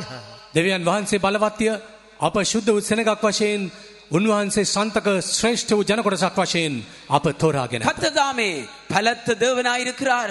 அவர் எங்களை அவருக்கு ஒரு சொந்த ஜனமாக பரிசுத்த ஜாதியாக அவர் தெரிந்தெடுத்திருக்கிறார். വീണ്ടെടുക്കപ്പെട്ട ദൈവമക്കൾ ഒരു പരിശുദ്ധ ജാതിയായി നാം ജീവിക്കണം. The redeemed people of God should always be a holy nation. දෙවියන් වහන්සේ සන්තක සෙනග සමවිත පිවිතුරු සෙනගක් වශයෙන් ජීවත් වීමට கர்த்தராலே අප බලා ගත යුතුයි. மீட்கப்பட்டதான தேவனுடைய ஜனம் எப்பொழுதும் பரிசுத்த ஜாதியினராய் ஜீவிக்க ഒരു வேண்டும். സാധാരണ മനുഷ്യനെ പോലെ നാം ജീവിക്കരുത്. You must never live the life of being an ordinary human being. කිසිදා සාමාන්‍ය මනුෂ්‍යයන් වශයෙන් ජීවත් නොවිය. ஒரு காலம் ஒரு சாதாரண மனிதரில்லை போல ஜீவிக்க கூடாது. നാം ഒരു വിശുദ്ധ ജനമാണെന്ന് വിശ്വസിക്കുന്നവർ കരങ്ങൾ ഉയർത്തിയാട്ടെ. Those who believe we are a holy nation, please lift up your hands. අප ශුද්ධ සෙනගක් බව විශ්වාස කරන සියලු දෙනා ඔබගේ අත ඔසවන්න. நாங்கள் பரிசுத்த ஜாதியினரோடு விசுவாசிக்கிறவர்கள் உங்களுடைய கரங்களை உயர்த்துங்கள். ഹല്ലേലൂയ. ஹல்லேலூயா. വചനം പറയുന്നു വിശുദ്ധൻ ഇനിയും തന്നെ തന്നെ വിശുദ്ധീകരിക്കട്ടെ. The word of God says, the holy still be holy. ශුද්ධව සිටින මද ශුද්ධව සිටිවා යනුවෙන් දේවචන කියා තිබෙනවා. பரிசுத்தம் உள்ளவன் இன்னும் தன்னை பரிசுத்தம் ஆக்கட்டும் என்று தேவனுடைய வார்த்தை கூறுகிறது. സമയം പോകുന്നതുകൊണ്ട് ഞാൻ വേഗത്തിൽ മുൻപോട്ട് പോകട്ടെ. As the time is spinning out, let me touch and go. രണ്ടാമതായിട്ട് ദൈവം ദൈവമക്കളെ പിടിച്ചിരിക്കുന്നതിന്റെ ഉദ്ദേശം എന്താണ്? When we think about the purpose with which the Lord is holding the hand of human beings, secondly, දෙවනුව දෙවියන් වහන්සේ මිනිසා අල්ලාගෙන සිටීමේ ඊළඟ இரண்டாவதாக மனிதருடைய கரத்தை கர்த்தர் பிடித்திருக்கிறதுக்கு காரணம் என்ன? യെശയ്യാവ് 64ന്റെ 8ാം വചനം. Isaiah chapter 64 verse 8. යෙසා 64 8 ஏசாயா 64 அதிகாரம் 8 வசனம் വായിച്ചാട്ടെ. Please read. യെശയ്യാവ് 64:8. Isaiah 64 സമയം verse 8. പോകുന്നത് കൊണ്ടാണ് ഞാൻ ബൈബിൾ വായിപ്പിക്കാത്തത്. നമ്മുടെ വിഷയത്തിൽ കിടക്കുന്നത്, അതുകൊണ്ട് ഞാൻ തന്നെ പറഞ്ഞങ്ങ് പോവുകയാണ്. As time is passing by quick, I'm not allowing you to read the passages. Please quickly read. සියලු පද කියන වෙලාව මදි ඒ නිසා ඉක්මනින් කියව. எல்லா வசனங்களையும் வாசிக்கிறதுக்கு அங்க நேரம் இடம் கொடுப்பதில்லை. தயவுசெய்து சீக்கிரமாய் வாசிங்க. But now, O Lord, thou art our Father, we are the clay and thou our potter, and we all are the work of thy hand. ඉදින් ස්වාමින් වහන්සේ ඔබ අපේ පියානෝය, අපි මැටිය, ඔබ අපේ කුඹකාරයාය, අපි සියල්ලෝ ඔබගේ අතේ කර්මාන්තයය. இப்பொழுதும் கர்த்தாவே, நீர் எங்களுடைய பிதா, நாங்கள் களிமண். நீர் எங்களை உருவாக்குகிறவர், நாங்கள் அனைவரும் உமது கரத்தின் கிரியை. ഹല്ലേലൂയ. Hallelujah. ഹല്ലേലൂയ. നാം എല്ലാവരും ദൈവത്തിന്റെ കരത്തിലിരിക്കുന്നു. എന്തിനു വേണ്ടി? അവന്റെ കരം നമ്മെ പിടിച്ചിരിക്കുന്നത് നമ്മെ ഒരു മാനപാത്രമാക്കി തീർക്കുവാൻ വേണ്ടിയാണ്. We are in the hands of God. The Lord is holding our hand in order to make us an honorable vessel. දෙවියන් වහන්සේගේ හස්තයේ සිටින අප උන්වහන්සේ අල්ලාගෙන සිටින්නේ අප ශ්‍රේෂ්ඨ අය බවට පත් කිරීම සඳහායි. நாங்கள் தாமே கர்த்தருடைய கரத்திலே இருக்கிறோம். கர்த்தர் எங்களை பிடித்திருக்கிறார். என்னத்துக்காக? ஒரு கனத்துக்குரிய பாத்திரமாய் உருவாக்கும்படிக்கு. ഒരു മാനപാത്രമാക്കി പണിയുവാനായിട്ട് നാം ഒരു ഇണങ്ങിയ ആയുധമായിട്ട് നമ്മുടെ കർത്താവിന്റെ കയ്യിലിരിക്കണം. We have it in the hands of God as a susceptible weapon in order to become this holy, in order to become this honorable vessel. මේ ගෞරවනීය වාචන වීම සඳහා අපි දෙවියන් වහන්සේගේ හස්තේ දක්වනු ලබනවා. நாங்கள் தாமே இப்படிப்பட்ட கனத்துக்குரிய மேன்மையான ஒரு பாத்திரமாய் இருக்கும்படி அவருடைய கரத்திலே காணப்பட வேண்டும். യെരമ്യാവ് 18:4 കുശവന്റെ കയ്യിലെ കളിമണ്ണ് അത് ദൈവമക്കൾ അത് ഉടഞ്ഞുപോയി. പക്ഷേ കുശവൻ മറ്റൊരു പാത്രമാക്കി തീർത്തു. അതാണ് പുതിയ പാത്രം, അല്ലെങ്കിൽ മാനപാത്രം. In Jeremiah chapter 18 verse number 4, we are able to read of this history. The potter was making a vessel, allows that it got broken down. Now this same potter refurbishes, reshapes and makes here is a new one which is his honorable vessel. යරමියා 18:4 කියා තිබෙන පරිදි ඔහු සෑදූ මැටි භාජනය කුඹකාරයාගේ අතේ නරක් වූ කල නැවත ඒක සාදන්න කුඹකාරයාට හොඳව පෙනුණු ලෙස ඔහු එයින් වෙන භාජනයක් සෑදුවේය. எரேமியா 18ஆம் அதிகாரம் 4ஆம் வசனத்திலே நாங்கள் பார்க்கின்ற வேளையிலே அங்கே குயவனுடைய கரத்திலே அவன் செய்த பாத்திரம் கெட்டு போயிட்டு என்று நாங்கள் பார்க்கிறோம். அவன் மீண்டும் அதை வனைந்து அது ஒரு கனத்துக்குரிய விலையேற பெற்ற பாத்திரமாய் உருவாக்குகிறான். ഒരു മറ്റൊരു പാത്രം എന്ന് പറയുമ്പോൾ അഥവാ ഒരു മാനപാത്രമാക്കി ഇപ്പോഴത്തെ അവസ്ഥയിരിക്കുന്ന ജനങ്ങൾക്ക് ഈ ദൈവത്തിന്റെ വചനം നീ സ്വീകരിക്കുന്നുവെങ്കിൽ അംഗീകരിക്കുന്നുവെങ്കിൽ നിന്നെ ഒരു പുതിയ സൃഷ്ടി ഒരു പുതിയ പാത്രമാക്കി തീർക്കുവാനായിട്ട് കർത്താവ് ആഗ്രഹിക്കുകയാണ്. Here the potter makes it into another vessel. If you subject yourself into the hands of God, if you hearken to the counsel of God, follow the will of God, the Lord is willing to translate you into an honorable vessel. මේ කුඹලා එම භාජනය තවත් භාජනයක් බවට පත් කරගන්න අවස්ථා ආකාරය අපට දැකිය හැකි. අයුරින්ම ඔබ දෙවියන් වහන්සේගේ දැහැතෙහි බාර වී සිටින්නේ නම් ගෞරවණීය භාජනයක් වනු සඳහා ඔබගේ ජීවිතය සකස් කොට අඹ සකස් කරන්න ස්වාමින් වහන්සේට හැකි වනු ඇත. இங்கே தாமே குயவன் அந்த கெட்டு போன பாத்திரத்தை அவன் அங்கே இன்னொரு நல்ல பாத்திரமாக வரைகிறான். அதே போல நாங்கள் தேவனுடைய ஆலோசனைக்கு அவருடைய சித்தத்துக்கு எங்களை ஒப்பு கொடுப்போமே ஆனால் கனத்துக்குரிய பாத்திரமாக அவர் உருவாக்குவார். 2010 പ്രവേശിച്ചപ്പോൾ നമ്മളൊരു പുതിയ പാത്രമായി തീർന്നു. When we entered the year 2010, we became a new vessel. 2010 වසරට පිවිසිටදී නව බඳුනක් බවට පත් වුණා. 2010ஆம் ஆண்டு பிரவேசிக்கின்ற வேளையிலே ஒரு புதிய பாத்திரமாய் மாறினோம். എന്നാൽ അതിനുശേഷം എത്രയോ പ്രാവശ്യം ഉടഞ്ഞു പോയെന്ന് അറിയാമോ? But after which on plenty of occasions we were marred or broken down. බොහෝස්ථාවලදී එම භාජනය කැඩී ගියේය. ஆனாலும் பல சந்தர்ப்பத்திலே நாங்கள் அந்த பாத்திரம் அங்கே கெட்டு போய் உடைந்த நிலவரத்தில் இருக்கிறது. ആ ഉടഞ്ഞ കഷണമായിട്ട് നടക്കുകയാണ്. Today we remain being the broken pieces. අද අපි කැබලි වී සිටිමු. இப்பொழுது நாங்கள் உடைந்து துண்டு துண்டா இருக்கிறோம். ആരാണ് ആരാണ് ശരിയുള്ളത്, ആരാണ് ഇത്ര പരിശുദ്ധന്മാർ, ആരാണെന്നൊക്കെയാണ് ഉടഞ്ഞ പാത്രം ഇരിക്കുകയാണ്. The broken pieces are unnecessarily asking questions. Who is perfect? Who is holy? ඒ කැඩුණු බඳුන ශුද්ධ වූ ගෞරවනීය බඳුනක් බවට පත් කළ හැකිද? அந்த உடைந்த துண்டு துண்டா இருக்கிற பாத்திரத்தை ஒரு கனத்துக்குரிய பரிசுத்த பாத்திரமாய் உருவாக்க முடியுமா? ആരാണ് ഇത്ര പരിശുദ്ധന്മാര്? These pieces are asking the questions. Who are holy? Who are perfect? මේ කැබලි ප්‍රශ්නයක් අසනවා. කවුද පිරිසිදුව සිටින්නේ? කවුද යහපත්ව සිටින්නේ? இங்கே இந்த துண்டு துண்டா இருக்கிற இந்த துண்டுகள் கேட்கிறது, யார் பரிசுத்தமா இருக்கிறது, யார் உத்தமமா இருக்கிறது? നിന്റെ ന്യായങ്ങളും നീതീകരണങ്ങളും ഒക്കെ മാറ്റിയിട്ട ശേഷം നിന്റെ ആ പീസുകള് കഷണങ്ങള് ദൈവത്തിന് കൈ കൊടുത്താട്ട് ഉടഞ്ഞ പാത്രത്തെ ഒരു നല്ല പാത്രമാക്കി തീർക്കുവാൻ നമ്മുടെ യേശുവിന് കഴിയും. Keep aside all the excuses, justifications and questionings. Humble yourself into the hands of God, saying, "Oh Master, make me a good vessel, change me into an honorable one." ඔබගේ කමාවට හේතුන් පැමිණිලි මේ හැම දෙයක්ම පසක තබා ස්වාමින් වහන්සේගේ හස්තයට ඔබගේ ජීවිතේ බාර කරමින් ස්වාමිනී මේ සියලු කැබලි මම ඔබට බාර දෙමි. මා යහපත් නව භාජනයක් බවට පත් කළ මැනවයි ඉල්ලා සිටිනදී ඔබගේ ජීවිතේ නැවතත් සකස් කොට ආශිර්වාද කිරීමට උන්වහන්සේට පුළුවන් වනු ඇත.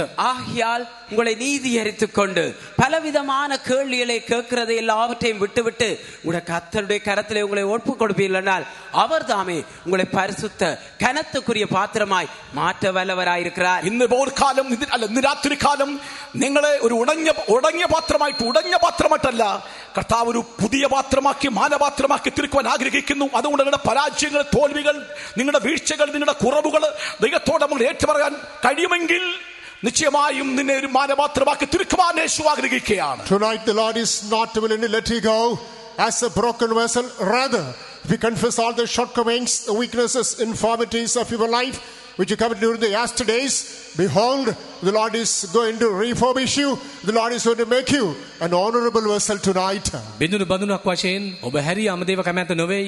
ඔබගේ ජීවිත දෙවියන් වහන්සේට බාර දෙන කල්ලි මේ වසර අවසානයේ නව බඳුනක් බවට ගෞරවමය බඳුනක් බවට පත් කිරීමට දෙවියන් වහන්සේ ක්‍රියා කරනු ඇත. நீங்கள் தாமே உடைந்த துண்டு துண்டாக்கப்பட்ட பாத்திரங்களாய் திரும்பி போகிறதை கர்த்தர் விரும்பவில்லை. அவருடைய பலத்த கரத்திலே நீங்கள் உங்களை முற்றுமாய் ஒப்புக் கொடுப்பீர்கள். ஆனால் கர்த்தர் உங்களை ஒரு கனத்துக்குரிய பாத்திரமாக மாற்ற வல்லவராயிருக்கிறார். അത് ആഗ്രഹിക്കുന്നവർ, Those who desire so. එසේ තීරණය කරගෙන සියලු දෙනා നിങ്ങളുടെ കുറവുകളെ எத்தனை பேர் அந்த தீர்மானத்தை எடுத்து നിങ്ങളുടെ കുറവുകളെ സമ്മതിക്കുന്നവർ, Those who accept their own shortcomings. ඔබගේ අඩුකම් පිළිගන්නා සියලු உங்களுடைய குறைகளை ஏற்றுக்கொள்கிறவர்கள், ഉടഞ്ഞ പാത്രമായിട്ട് കർത്താവേ ഞാൻ ഇരിക്കുന്നു എന്ന് സമ്മതിക്കുന്നെങ്കിൽ, Though if you accept, oh Lord, really, I'm a broken vessel. ස්වාමිනී මම කැඩුණු බිඳුණු බඳුනක් යයි පවසන්නේ නම් ஆண்டவரே நான் உடைந்த நொறுங்கப்பட்ட பாத்திரமா இருக்கிறேன் என்று ஏற்றுக்கொள்கிறவர்கள், ദൈവത്തിന്റെ കയ്യിൽ കൊടുക്കുവാൻ ഇഷ്ടപ്പെടുമോ? Are you delighted to commit yourself to the hand of God? ස්වාමීන් වහන්සේ අසල ඔබගේ ජීවිතය බාර දීමට කැමති වන්නේද? கர்த்தருடைய கரத்திலே உங்களுடைய ஜீவியங்களை ஒப்புக் கொடுக்க ஆயத்தமா இருக்கிறீர்களா? നിങ്ങളുടെ കുറവുകളെ സംബന്ധിച്ച് പ്രാർത്ഥിക്കാൻ കഴിയുമോ? Can you accept your shortcomings, confess and pray? ඔබගේ වැරදි අඩුකම් පිළිගෙන පාපෝච්චාරණය කොට යාඥා කරන්නේ නම් ஆகையால் உடைய குற்றங்கள் குறைகள் தவறுகளை ஏற்றுக்கொண்டு அறிக்கை செய்து அவளிருந்து விடுதலை பெறுங்கள். ഒരു നിമിഷം കണ്ണുകൾ അടച്ചാട്ടെ. Please close your eyes for a minute. Meeting അവസാനിപ്പിച്ചതല്ല. The meeting is not over. රැසීම නිම ஒரு වුණේ නැත. நிமிடத்து கண்களை மூடுங்கள், கூட்ட முடியவில்லை. ഒരു നിമിഷം നിന്റെ മധ്യത്തിൽ കർത്താവിന്റെ ആത്മാവ് സംസാരിക്കുന്നു. നിന്നെ ഒരു മാനപാത്രമാക്കി തീർക്കുവാൻ നിന്റെ പരാജയങ്ങൾ, നിന്റെ കുറവുകൾ, നിന്റെ വീഴ്ചകളൊക്കെയും ദൈവത്തോട് ഏറ്റുപറയുന്നുവെങ്കിൽ ഇന്ന് രാത്രികാലം നിന്നെ കർത്താവ് ഒരു പുതിയ പാത്രമാക്കി തീർക്കുവാൻ ആഗ്രഹിക്കുകയാണ്. Please close your eyes for a minute. The Spirit of God is speaking to you. The Lord says, if you accept your pitfalls, the shortcomings, weaknesses, infirmities of your life tonight, the Lord is going to do a great work in your life. He is going to transform you into an honorable vessel. මොහොතට ඇස්වසා ගන්න. ඔබගේ සියලු වැරදි අඩුකම් පිළිගෙන ඔබ ස්වාමින් වහන්සේගේ අස්සට බාර වේ අන්නේ නම් ඔබගේ ජීවිතය විනාශ කොට ඔබ අලුත් වාචන පාඩපත් කරනවාට පුළුවන්. ஒரு நிமிஷத்துக்கு கூட கண்களை மூடுங்கள். உங்களுடைய தவறுகள், குற்றங்கள், குறைகள், பலவீனங்கள் எல்லாவற்றையும் ஏற்றுக்கொண்டு கர்த்தருடைய கரத்திலே நீங்கள் ஒப்புக் கொடுப்பீர்கள். ஆனால் நிச்சயம் கர்த்தர் கிரியை செய்து உங்களை கனத்துக்குரிய பாத்திரமாக மாற்றுவார். നിലവിളിച്ച് പ്രാർത്ഥിച്ചാട്ടെ. Come on, cry and pray. ස්වාමින් වහන්සේට හඬා වැළපෙන්න. கர்த்தரிடத்திலே அழுது விண்ணப்பம் பண்ணுங்கள். ஆண்டவரே,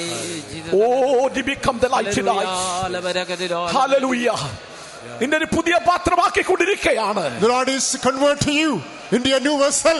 උන්වහන්සේ ඔබ නව මధుරක් බවට පත් කරමින් සිටිනවා. கர்த்தர் உங்களை புதிய பாத்திரமாக மாற்றிக் கொண்டிருக்கிறார். ഒരു മാനപാത്രമാക്കി കൊണ്ടിരിക്കുകയാണ്. The Lord is changing you into an honorable vessel. ගෞරවනීය බඳුන බවට පත් කරමින් ஒரு සිටිනවා. கனத்துக்குரிய பாத்திரமாக கர்த்தர் மாற்றிக் கொண்டிருக்கிறார். തകർന്ന മനസ്സിനെ കർത്താവ് നിരസിക്കത്തില്ല. He shall never deny the broken heart. අපි කැඩු පිළි සිටින වහන්සේ පැමිණිය යුතුයි. நொறுங்குண்டமான இருதயத்தை அவர் புறக்கணிப்பதில்லை.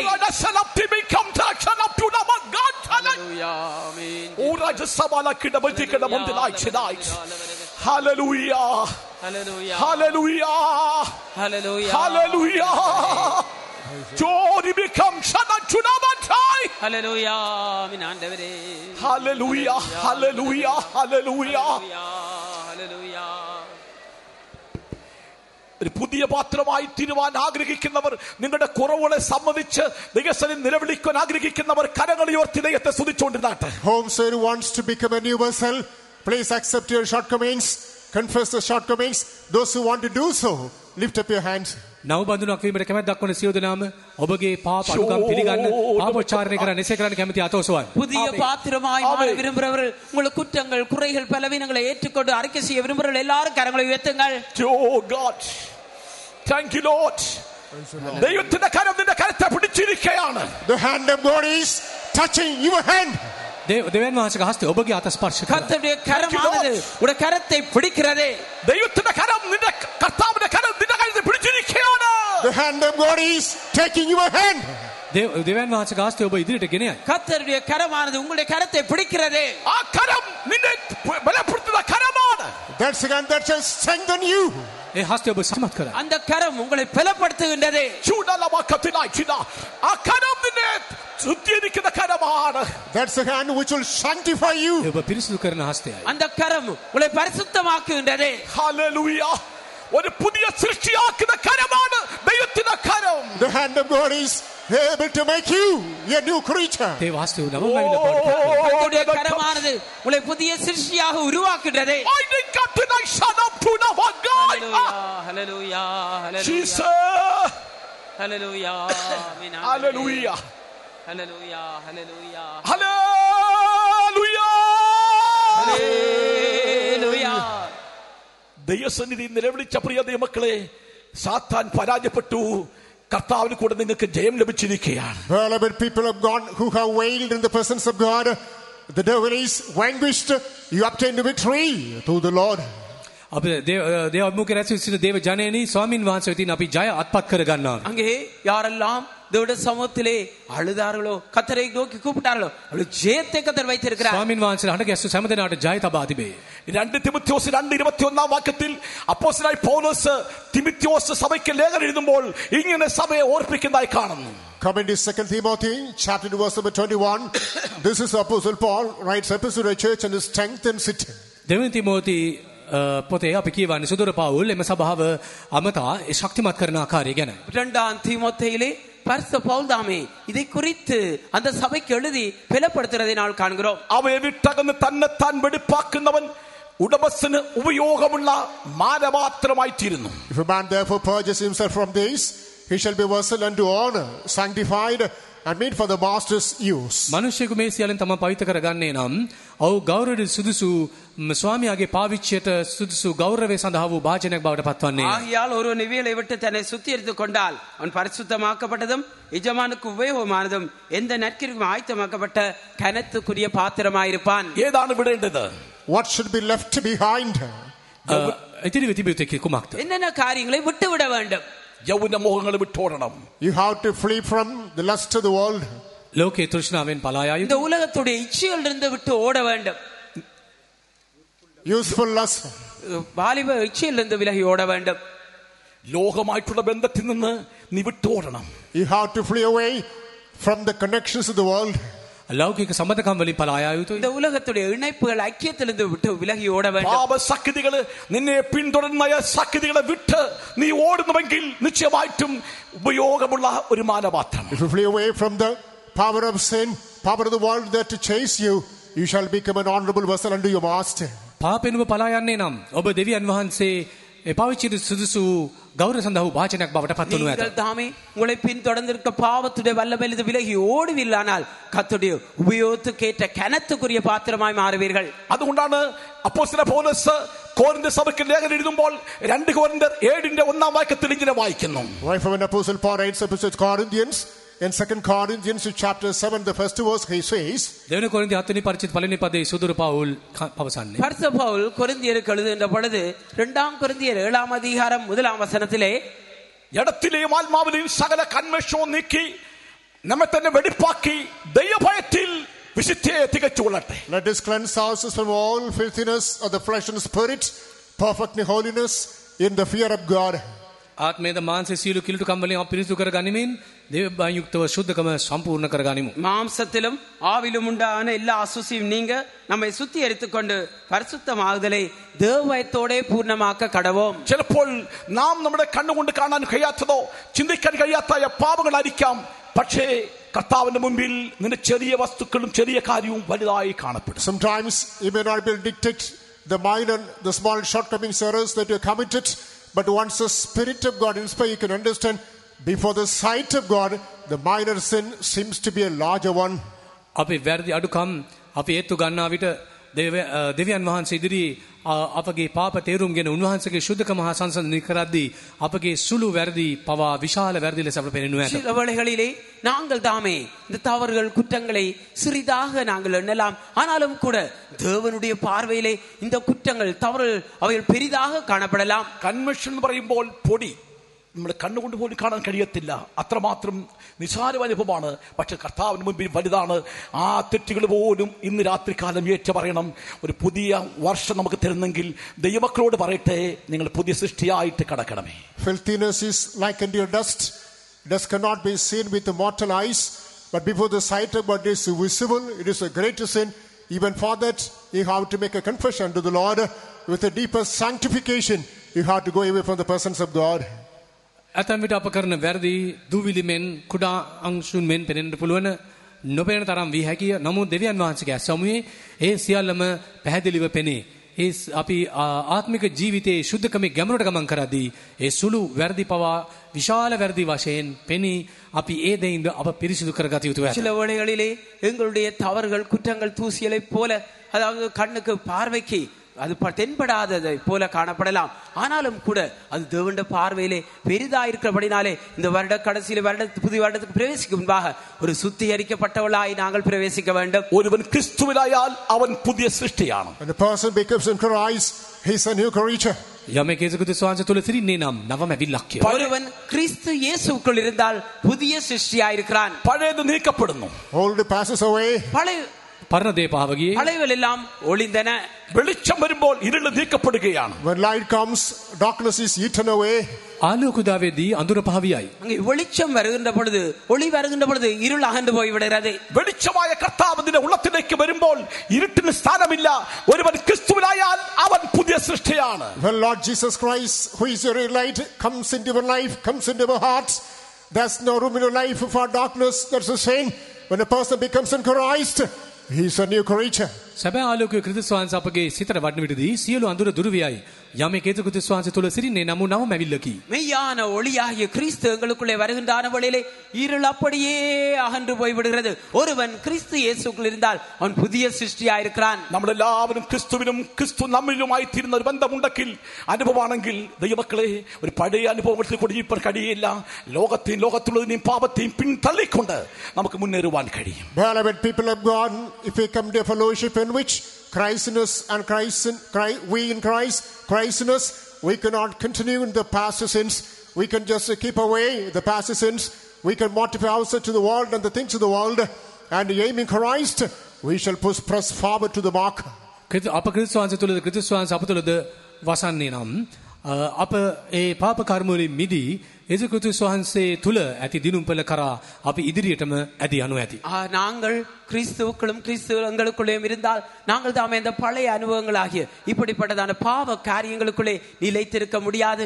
ஆகையால் நாங்கள் புதிய சிருஷ்டியாக்கப்பட்டு முன்னேறி இலக்கை நோக்கி தொடர்வோமாக. உதாரணம் പറഞ്ഞാൽ, for example, උදාහරණයක් වශයෙන් உதாரணமாக വെള്ളത്തിൽ കിടക്കുന്ന ഒരു തോണി, a boat that is on the water. ජලය මත පාවෙන ඔරුවක්. ஒரு படகு அங்கே தண்ணீர்ல கடல்ல மிதந்து கொண்டிருக்கிறது. പടകിൽ നമ്മൾ കയറിയിരിക്കുന്നു. Imagine we board on the boat. අප ඔරුව නැගී සිටිනවා සිතන්න. நாங்கள் அந்த படகிலே இருக்கிறோம் என்று வைத்துக் கொள்வோம். அது முன்போட்டு போகണമെങ്കിൽ, in order to move forward, ඉදිරියට ගමන් කරන සඳහා அந்த படகு முன்னுக்கு செல்ல வேண்டுமே ஆனால் വെള്ളത്തെ പുറകോട്ട് തള്ളണം. you have to push the water backwards. ජලය පිටුපසට තල්ලු කළ යුතුයි. அந்த தண்ணீரை நாங்கள் பின்னுக்கு தள்ள வேண்டும். വെള്ളത്തെ പുറകോട്ട് തള്ളുമ്പോൾ നിശ്ചയമായും നിന്നെ വഹിച്ചുകൊണ്ട് ഈ പടക് മുൻപോട്ട് പോകും. The more you push the water backwards, the greater the boat bears you and moves forward. ඔබ කොතරම් දුරට හබල් ගසනවද ජලය පිටුපසට තල්ලු කරනවද ඒ තරම් වේගයෙන් ඔරුව ඉදිරියට ඇදී යනවා. எவ்வளவு தூரம் நாங்கள் அந்த தண்டுகளை வலிக்கின்ற பொழுது தண்ணீரை வேகமாக தள்ளுகிறோமோ அவ்வளவு வேகமாக படகு முன்னே செல்லும். ഇതുപോലെ ഈ മക്കളെ ലോകത്തിലുള്ളതിനെയും പിന്നി തള്ളിക്കൊണ്ട് നാം തള്ളുന്നുവെങ്കിൽ നിശ്ചയമായിട്ടും നമ്മെ ദൈവമക്കളെ മുൻപോട്ട് നയിക്കുകയാണ്. The same fashion, beloved people of God, if we push backward the things of the world and move forward aiming Christ, the Lord shall hold our hand and take forward. ඒ අයුරින්ම ලෞකික දේ පාපිෂ්ඨ දේ අපි පිටුපසට තල්ලු කරන්නේ මුනම් අපගේ ආත්මික ගමනේ ඉදිරියට ගමන් කිරීමට අපට හැකි වනු அதை கொப்பாக நாங்கள் தாமே இந்த உலகத்தையும் உலக பாவங்களையும் பின்னே தள்ளி முன்னேறி செல்வோமே ஆனால் கர்த்தரும் கூட எங்களுடைய கரத்தை முடித்து எங்களை நடத்தக்கூடியவராய். ഹല്ലേലൂയ, ஹல்லேலூயா, ദൈവത്തിന് മഹത്വം. Glory be to God. கர்த்தருடைய நாமத்துக்கு பயமுண்டாகட்டும். മൂന്നാമതൊരു കാര്യം പറയട്ടെ. I would like to highlight the third സമയം aspect. പോയതുകൊണ്ട് വേഗത്തിൽ പറഞ്ഞു നിർത്താം. நான் மூன்றாவது காரியத்தையும் சொல்ல விரும்புகிறேன். യോഹന്നാൻ 10:28 വായിക്കുമ്പോൾ, Coming to John's Gospel chapter 10 verse number 28. யோவான் 10:28 யோவான் எழுதின சுவிசேஷம் 10ஆம் அதிகாரம் 28ஆம் வசனத்திலே, ഉയരത്തുന്നവർ കര നീട്ടി പിടിച്ചിരിക്കുന്നു, He stretched out his from hand above and held me നമ്മെ സൂക്ഷിക്കുവാനായി. in order to preserve us. උන්වහන්සේ තමන්ගේ හස්තය දිවි කොට අප අල්ලා ගත්තේ අප ආරක්ෂා කරනු සඳහාය. ആ கரங்களை பாதுகாத்துக் கொள்ளும்படியாக அவர் தம்முடைய கரத்தை நீட்டி எங்களை பிடித்து வைத்திருக்கிறார். കരം നമ്മെ സൂക്ഷിക്കുന്ന കരമാണ്. That's the hand which shall protect us. ඒ අප ආරක්ෂා කරන හස්තයයි. ஆம், அது எங்களை பாதுகாக்கிற கரமாயிருக்கிறது. ആ കരം നമ്മെ സൂക്ഷിക്കുന്ന കരം. That hand shall keep us. එම හස්තය අප ආරක්ෂා කරයි. அந்த கரமானது எங்களை பாதுகாத்துக் கொள்ளும். ദൈവത്തിന്റെ കരത്തിൽ പിടിച്ചു വലിക്കുവാൻ ഒരു ശക്തിക്കും കഴിയില്ല. No power to the sun can pluck you away from the hand of God. දෙවියන් වහන්සේගේ හස්තය උබුදුරා ගැනීමට කිසිම බලවේගයකටවත් හැකි නොවේ. அங்கே அவருடைய கரத்திலிருந்து எந்த ஒரு வல்லமையும் எங்களை பறித்து விட முடியாது. അവൻ നിന്റെ പ്രാണനെ പരിപാലിക്കും. He will preserve your life. ඔබගේ ජීවිතය ආරක්ෂා කරනවා. அவர் உங்களுடைய வாழ்க்கையை பாதுகாத்துக் கொள்வார். നിന്റെ പ്രാണനെ അവൻ പരിപാലിക്കും. He shall preserve your life. ඔබගේ ජීවිතය ආරක්ෂා அவர் කරනවා. உங்களுடைய ஜீவியத்தை அப்படியே பாதுகாத்துக் கொள்வார். നിന്റെ എല്ലാ വഴികളിലും ദൈവം നിന്നെ കാക്കും. God shall safeguard you, keep you in all your ways. ඔබගේ සියලු මාර්ගවල ඔබ ආරක්ෂා කරනවා ඇත. உங்களுடைய வழிகளில் எல்லாம் அவர் உங்களை காத்துக் கொள்வார். അത് വിശ്വസിക്കുന്നവരെ കരങ്ങളെ ഉയർത്തി ദൈവത്തെ സ്തുതിക്കാമോ? Those who believe, lift your hands and praise God. அது விசுவாசிக்கிறவர்கள் கரங்களை உயர்த்தி கர்த்தரை சோதரியுங்கள். අදන් සියලු අතවස්වා ස්තුති කරන්න. ഹല്ലേലൂയ ஹalleluya ഹല്ലേലൂയ ஹalleluya Hallelujah. ഹല്ലേലൂയ ഹല്ലേലൂയ ஹalleluya ஹalleluya. ദൈവമക്കളെ, നമ്മൾ കർത്താവിനെ സ്തുതിച്ചുകൊണ്ടിരിക്കുമ്പോൾ ശത്രുവായ പിശാച് അവൻ ഭയപ്പെടുകയാണ്. Wherever people of God, as we keep on praising our God, our enemy, that adversary is terrified. දේව ජනයා නොකඩවා ස්තුති කරද්දී අපගේ සතුර අවනි යක්ෂයා වෙවුලා පලා යයි. எங்கெல்லாம் தேவனுடைய ஜனங்கள் அவர்கள் கர்த்தரை சோதரித்து மகிமைப்படுத்துகிறார்களோ அங்கே சத்துரு நடுங்குகிறான். പ്രാണനെ മരണത്തിൽ നിന്നും കണ്ണിനെ കണ്ണുനീരിനും കാലിന് വീഴ്ചയിൽ നിന്നും രക്ഷിച്ചിരിക്കുന്ന സങ്കീർത്തനക്കാരൻ പറയുന്നു. The psalmist says that he said, He has delivered my soul from death, freed my falling, and my body from fall. ස්වාමින් වහන්සේ මා මරණයෙන් ගලවා ගත්තේ ඇයි දාවිත් පවසයි. கர்த்தர் தாமே என்னை மரணத்திலிருந்தும் என்னை பொல்லாப்பிலிருந்தும் என்னை விடுதலையாக்கி அவர் பாதுகாத்திருக்கிறார் என்று அங்கே சங்கீதக்காரன் சொல்கிறார். ദൈവത്തിന് മഹത്വം. Glory be to the Lord. ස්තුති වේවා. கர்த்தருடைய நாமத்துக்கு மகிமை உண்டாகட்டும். നമ്മുടെ കർത്താവിന്റെ കരം നമ്മെ സൂക്ഷിക്കുന്ന കരമാണ്. The hand of God is protecting our life. දෙවියන් වහන්සේගේ හස්තය අප ආරක්ෂා කරයි. கர்த்தருடைய கரம் எங்களை பாதுகாக்கிற கரமாயிருக்கிறது. ஹalleluya. ദൈവത്തിന്റെ കരത്തിലാണ് നമ്മൾ ഇരിക്കുന്നത് ദൈവമക്കളെ. Wherever people of God, we are in the hands of God. දේව ජනේනි අපි කොතන සිටියත් අප සිටින්නේ උන්වහන්සේගේ හස්තයේ. பிரியமான தேவனுடைய பிள்ளைகளே, நாங்கள் எங்க இருந்தாலும் தேவனுடைய கரத்திலே இருக்கிறோம். ഒരു കാര്യം പറഞ്ഞു നിർത്താം.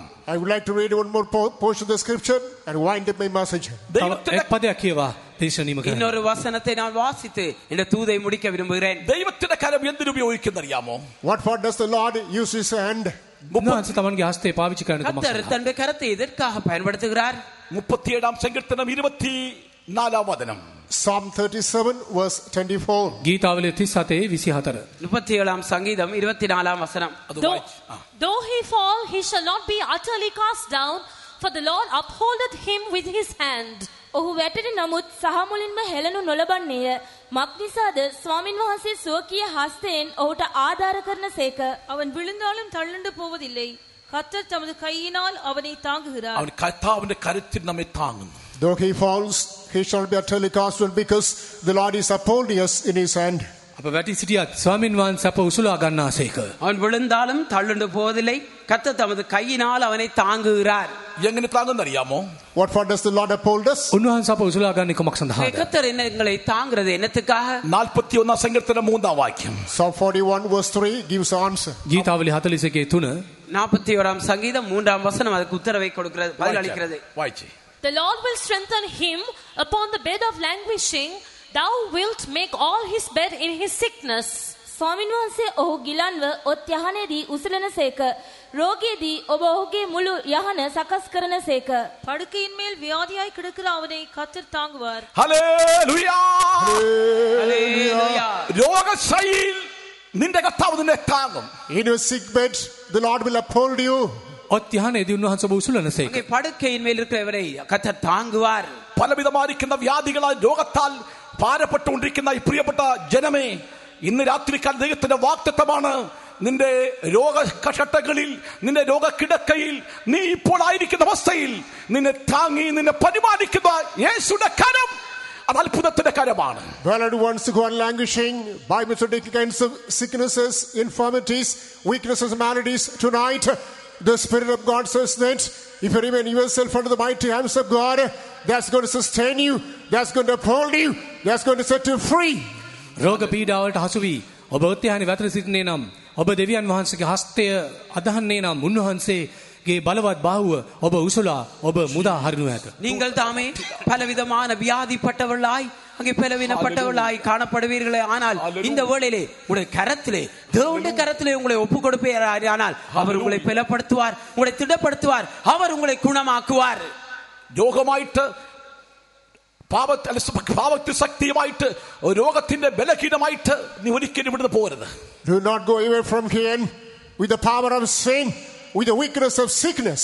පාපේ බලය සමග රෝගයේ දුර්වලකම සමග මේ ස්ථානයෙන් පිටත් වෙනවා යන්නේ. பாவத்துடைய வல்லமையோடு கூட வியாதியுடைய பலவீனத்தோடு கூட, வியாதி பலவீனத்தோடு இந்த இடத்தை விட்டு போக வேண்டாம். എത്ര പടക്കം ചെന്ന രോഗമായാലും ശരി, വിടുവിക്കുവാൻ, താങ്ങുവാൻ, നിന്നെ സൂക്ഷിക്കുവാൻ, സൗഖ്യമാക്കുവാൻ കഴിവുള്ള കരമാണ് കർത്താവിന്റെ കരം. ആ കരം അത്ഭുതത്തിന്റെ കരമാണ്. Even though your sickness is a prolonged one, the hand of God is able to sustain you, uphold you, set you free, heal you.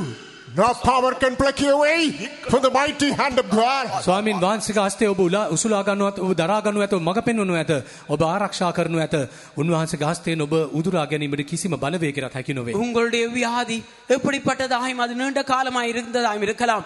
ஆனாலும் கர்த்தருடைய கரமானது உங்களை தாங்குகின்றது, உங்களை விடுதலை ஆக்குறது, உங்களை சுகமாக்குறது, உங்களை முற்றுமாய் குணமாக்கி பரிபூர்ணமான விடுதலையை கொடுக்கின்றது. ജന്മനാൽ കുരുടനായിരുന്നായ ആ വ്യാധിക്കാരൻ, കുരുടൻ, ദാവീദ് പുത്രനെ അല്ലവ കർത്താവിനെ നടന്നു പോകുന്ന കേട്ടപ്പോൾ അവൻ നിലവിളിക്കുന്ന വിശ്വാസത്തോടെ, ദാവീദ് പുത്ര കരുണ തോന്നണമേ നിലവിളിച്ചപ്പോൾ യേശുവിനെ വിളിക്കുന്നു, അവന് സൗഖ്യമാക്കുന്നു. അതാണ് കർത്താവിന്റെ അത്ഭുതകരം. The man who was born blind, as he comes to hear that Jesus Christ is passing through that way, now this man just cries unto the Lord, "Oh Lord Jesus Christ, have compassion upon me." The Lord Jesus Christ is moved with the compassion, and the Lord heals him. That is a powerful hand of God. උපතින්ම අන්ධයෙකු සිටිය පුද්ගලයා යේසුස් වහන්සේ මාර්ගය පසු කරන යන් බව දැනගත් විට ඔහු හඬා වැටුණා. උන්වහන්සේට හඬ ගැසුවා.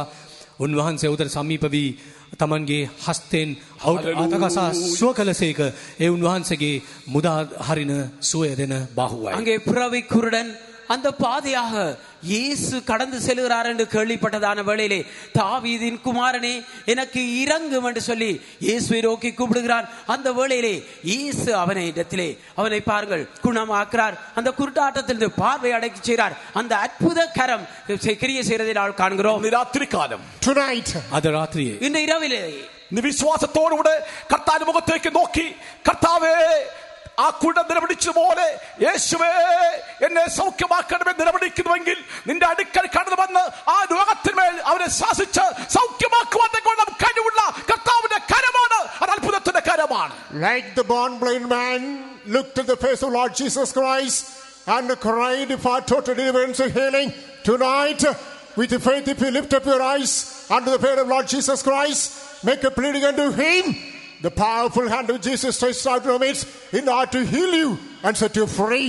අද රාත්‍රියේ ඒ අන්ධයා යේසුස් වහන්සේගේ මුණ දිහා බලලා හඬ ගැසූ පරිදි ඔබ උන්වහන්සේගේ මුණ දිහා බලලා හඬ ගසන්නේ නම් උන්වහන්සේගේ බලවත් බාහුව ඔබ සුවපත් කරනු ඇත, ඔබ මුදා හරනු ඇත. அந்த அன்றைய நாளிலே பிறவி குருடன் கர்த்தரை நோக்கி கூப்பிட்டது போல நீங்களும் கூட உங்களுடைய கர்த்தரை நோக்கி கூப்பிடலானால் நிச்சயமாய் உங்களுடைய அந்த வல்லமையிலிருந்து, வியாதியின் வல்லமையிலிருந்து புற்றுமாய் விடுதலையாக்கி உங்களை பூரணமாக்குவார். ദൈവത്തിന്റെ കരം രോഗശൈലിയിൽ താങ്ങുന്ന കരമാണ്. നിന്റെ രോഗത്തിന്റെ ശക്തികളെ നിർമൂലമാക്കുന്ന അത്ഭുതത്തിന്റെ കരമാണ് യേശുവിന്റെ കരം. The hand of Jesus is able to uphold in the midst of your sickness. The hand of Jesus is able to heal your sickness. It's a marvelous, wonderful and mighty hand. රෝග මැද ඔබ උසුලා ගන්නා හස්තය ඒ ඔබ සුව කරන හස්තයයි. එය විස්මිත හස්තයකි, බලවත් හස්තයකි. அந்த வியாதி வேளையிலே உங்களுடைய அவருடைய கரம் உங்களை தாங்குகின்றது, உங்களை குணமாக்குகிறது. அப்படிப்பட்ட ஒரு பலத்த வல்லமை உள்ள கரமாய் இருக்கிறது.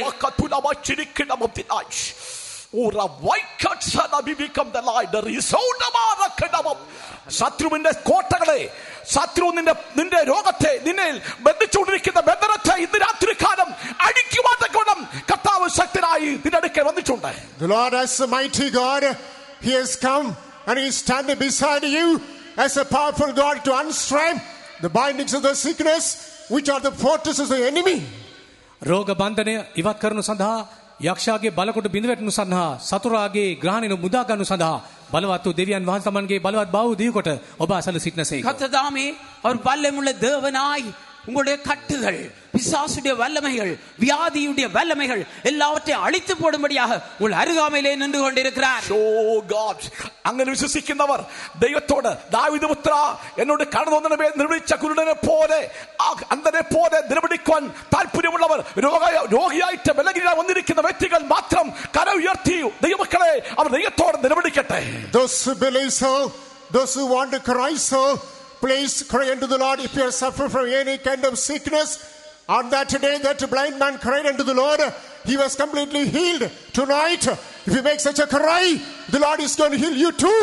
උන්වහන්සේ අදාන්න කැමති අය, උන්වහන්සේ අඬගසන්න කැමති සෑම දෙනා එදා ඒ අන්ධයා මුරගැසු ලෙස ඔබ උන්වහන්සේට අඬගසන්නේ නම් අද රාත්‍රියේ ඔබ සුවපත් කිරීමට උන්වහන්සේට පුළුවන්. யாரெல்லாம் கர்த்தரை விசுவாசிக்கின்றீர்களோ, யாரெல்லாம் கர்த்தரை ஏற்றுக்கொண்டீர்களோ, அன்று அந்த புறவி குருடன் தாவீதின் குமாரனே எனக்கு இரங்கும் என்று சொன்னது போல எல்லா வியாதியர்களும் நீங்கள் கர்த்தரை நோக்கி கூப்பிடுங்கள். அப்பொழுது நிச்சயமாக இந்த இரவுகளிலே நீங்கள் விடுதலையாக்கப்பட்டு குணமாக்கப்படுவீர்கள். விசுவாசிக்கிறவர் கரங்களை உயர்த்தியாட்ட. Those who believe, lift up your hands please. අදාන සියලු දෙනා අතෝසවන්. விசுவாசிக்கிற யாவரும் உங்களுடைய கரங்களை உயர்த்துங்கள். Thank you Lord. Praise the Lord. Hallelujah. Praise the Lord. യേശുവിന്റെ കരം താങ്ങുന്ന കരമാണ്. The hand of God will sustain your hand. යේසුස් වහන්සේගේ බලවත් හස්තය ඔබ අල්ලා ගන්නවා. இயேசுடைய கரம் உங்களை தாங்குகிற கரமாக இருக்கிறது.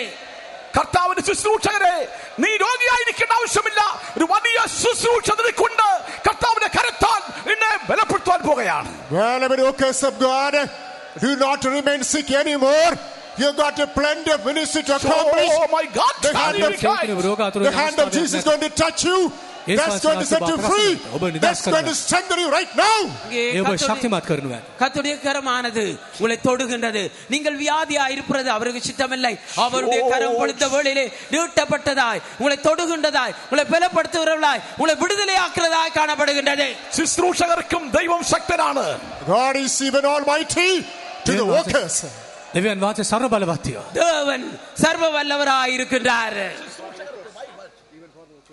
ஊழியக்காரருக்கும் அப்படி இருக்கிறார். ദൈവം ശുശ്രൂഷകർക്കും നല്ലവനാണ്. God is mighty even for the workers. දේව සේවකයන්ට බලවත්ය. அவர் வல்லவராய் தேவ ஊழியக்காரருக்கும் இருக்கிறார். ശുശ്രൂഷയ്ക്ക് എതിരായിട്ട് പോരാടിക്കൊണ്ടിരിക്കുന്ന ആ രോഗത്തോട് പോരാടി നമുക്ക് ഇന്ന് രാത്രി ജയമെടുക്കാം. Tonight let us strive against the powers which are obstructing our spiritual ministry. Let us conquer them, attain victory in the name of Jesus. ආත්මික සේවය බාධා කරන සීල අන්ධකාර බලවේග යේසුස් වහන්සේගේ නාමයෙන් පළවහරන පිණිස දේව බාහුව අල්ලාගන්න. ஆகியால் ஆவிக்குரிய ஊழியங்களை செய்து கொண்டிருக்கிறவர்களை அந்த தடை செய்து இருக்கிற பொல்லாத வல்லமை எல்லாவற்றையும் அழித்து போடும்படியாக அவருடைய பலத்த கரம் கிரியை செய்து கொண்டிருக்கிறது. എല്ലാവരും കരങ്ങൾ ഉയർത്തി പ്രാർത്ഥിച്ചാട്ടെ. Let's all lift your hands and pray. සියලු දෙනා අතෝසවා යාඥා කරමු. எல்லாரும் கரங்களை உயர்த்தி ஜெபியுங்கள். ஹalleluya ஹalleluya ഹല്ലേലൂയ ஹalleluya ഹല്ലേലൂയ ഹല്ലേലൂയ ഹല്ലേലൂയ ഹല്ലേലൂയ ஹalleluya ഹല്ലേലൂയ റബാഖന സുബിഖന ലൈച്ചനമ ജൂനിബിഖൗ ഷനതിഖൈനമപ ஹalleluya ஆண்டவரே ഹല്ലേലൂയ ஹalleluya ഹല്ലേലൂയ ஹalleluya ഹല്ലേലൂയ ஹalleluya hallelujah Hallelujah. Hallelujah. Hallelujah. Jesus. ஆண்டவரே Hallelujah. Hallelujah. വിശ്വസിച്ചാൽ ദൈവത്തിന്റെ മഹത്വം കാണും. If you believe, you will behold the glory of God. බාධානේ නම් ස්වාමීන් වහන්සේගේ මහිමය දකින්න. நீங்கள் விசுவாசிப்பில்லானால் தேவனுடைய மகிமையை காண்பீர்கள். അവിശ്വസിക്കരുത്. വിശ്വാസത്തോടെ നിങ്ങൾ സ്തോത്രം ചെയ്തുകൊണ്ടിരുന്നാൽ നിശ്ചയമായിട്ടും ആ സ്തോത്രത്തെ ശക്തിയിൽ ആ വിശ്വാസത്തിന്മേൽ കർത്താവ് പ്രവർത്തിക്കാൻ പോകുകയാണ്. Do not disbelieve. By being bound by the spirit of faith, please offer praises unto the Lord. As you offer praises unto the Lord, the power is going to overshadow upon you. දේව බල දන්න සියලු දෙනා අනුමාන නොකර ස්වාමීන් වහන්සේ ස්තුති ප්‍රශංසා කරන්න උන්වහන්සේගේ බලය ඔබ කරා පැමිණෙනවා. ஒருவராவது அவிசுவாசிக்க வேண்டாம். நீங்கள் விசுவாசித்து கர்த்தருடைய ஸ்தோத்திரங்கள் மைப்படுத்துங்கள். அப்பொழுது தேவனுடைய வல்லமையானது உங்கள் மேல் வந்து இறங்கும். Hallelujah. Praise the Lord. Hallelujah. Hallelujah. Praise the Lord. Hallelujah. Hallelujah. Hallelujah. ஆமென் ஆண்டவரே. Hallelujah. Hallelujah. Hallelujah. Hallelujah. Hallelujah. Hallelujah. ஆமென் ஆண்டவரே. Jesus. Jesus. Hallelujah. ஆமென் ஆண்டவரே. Thank you Lord.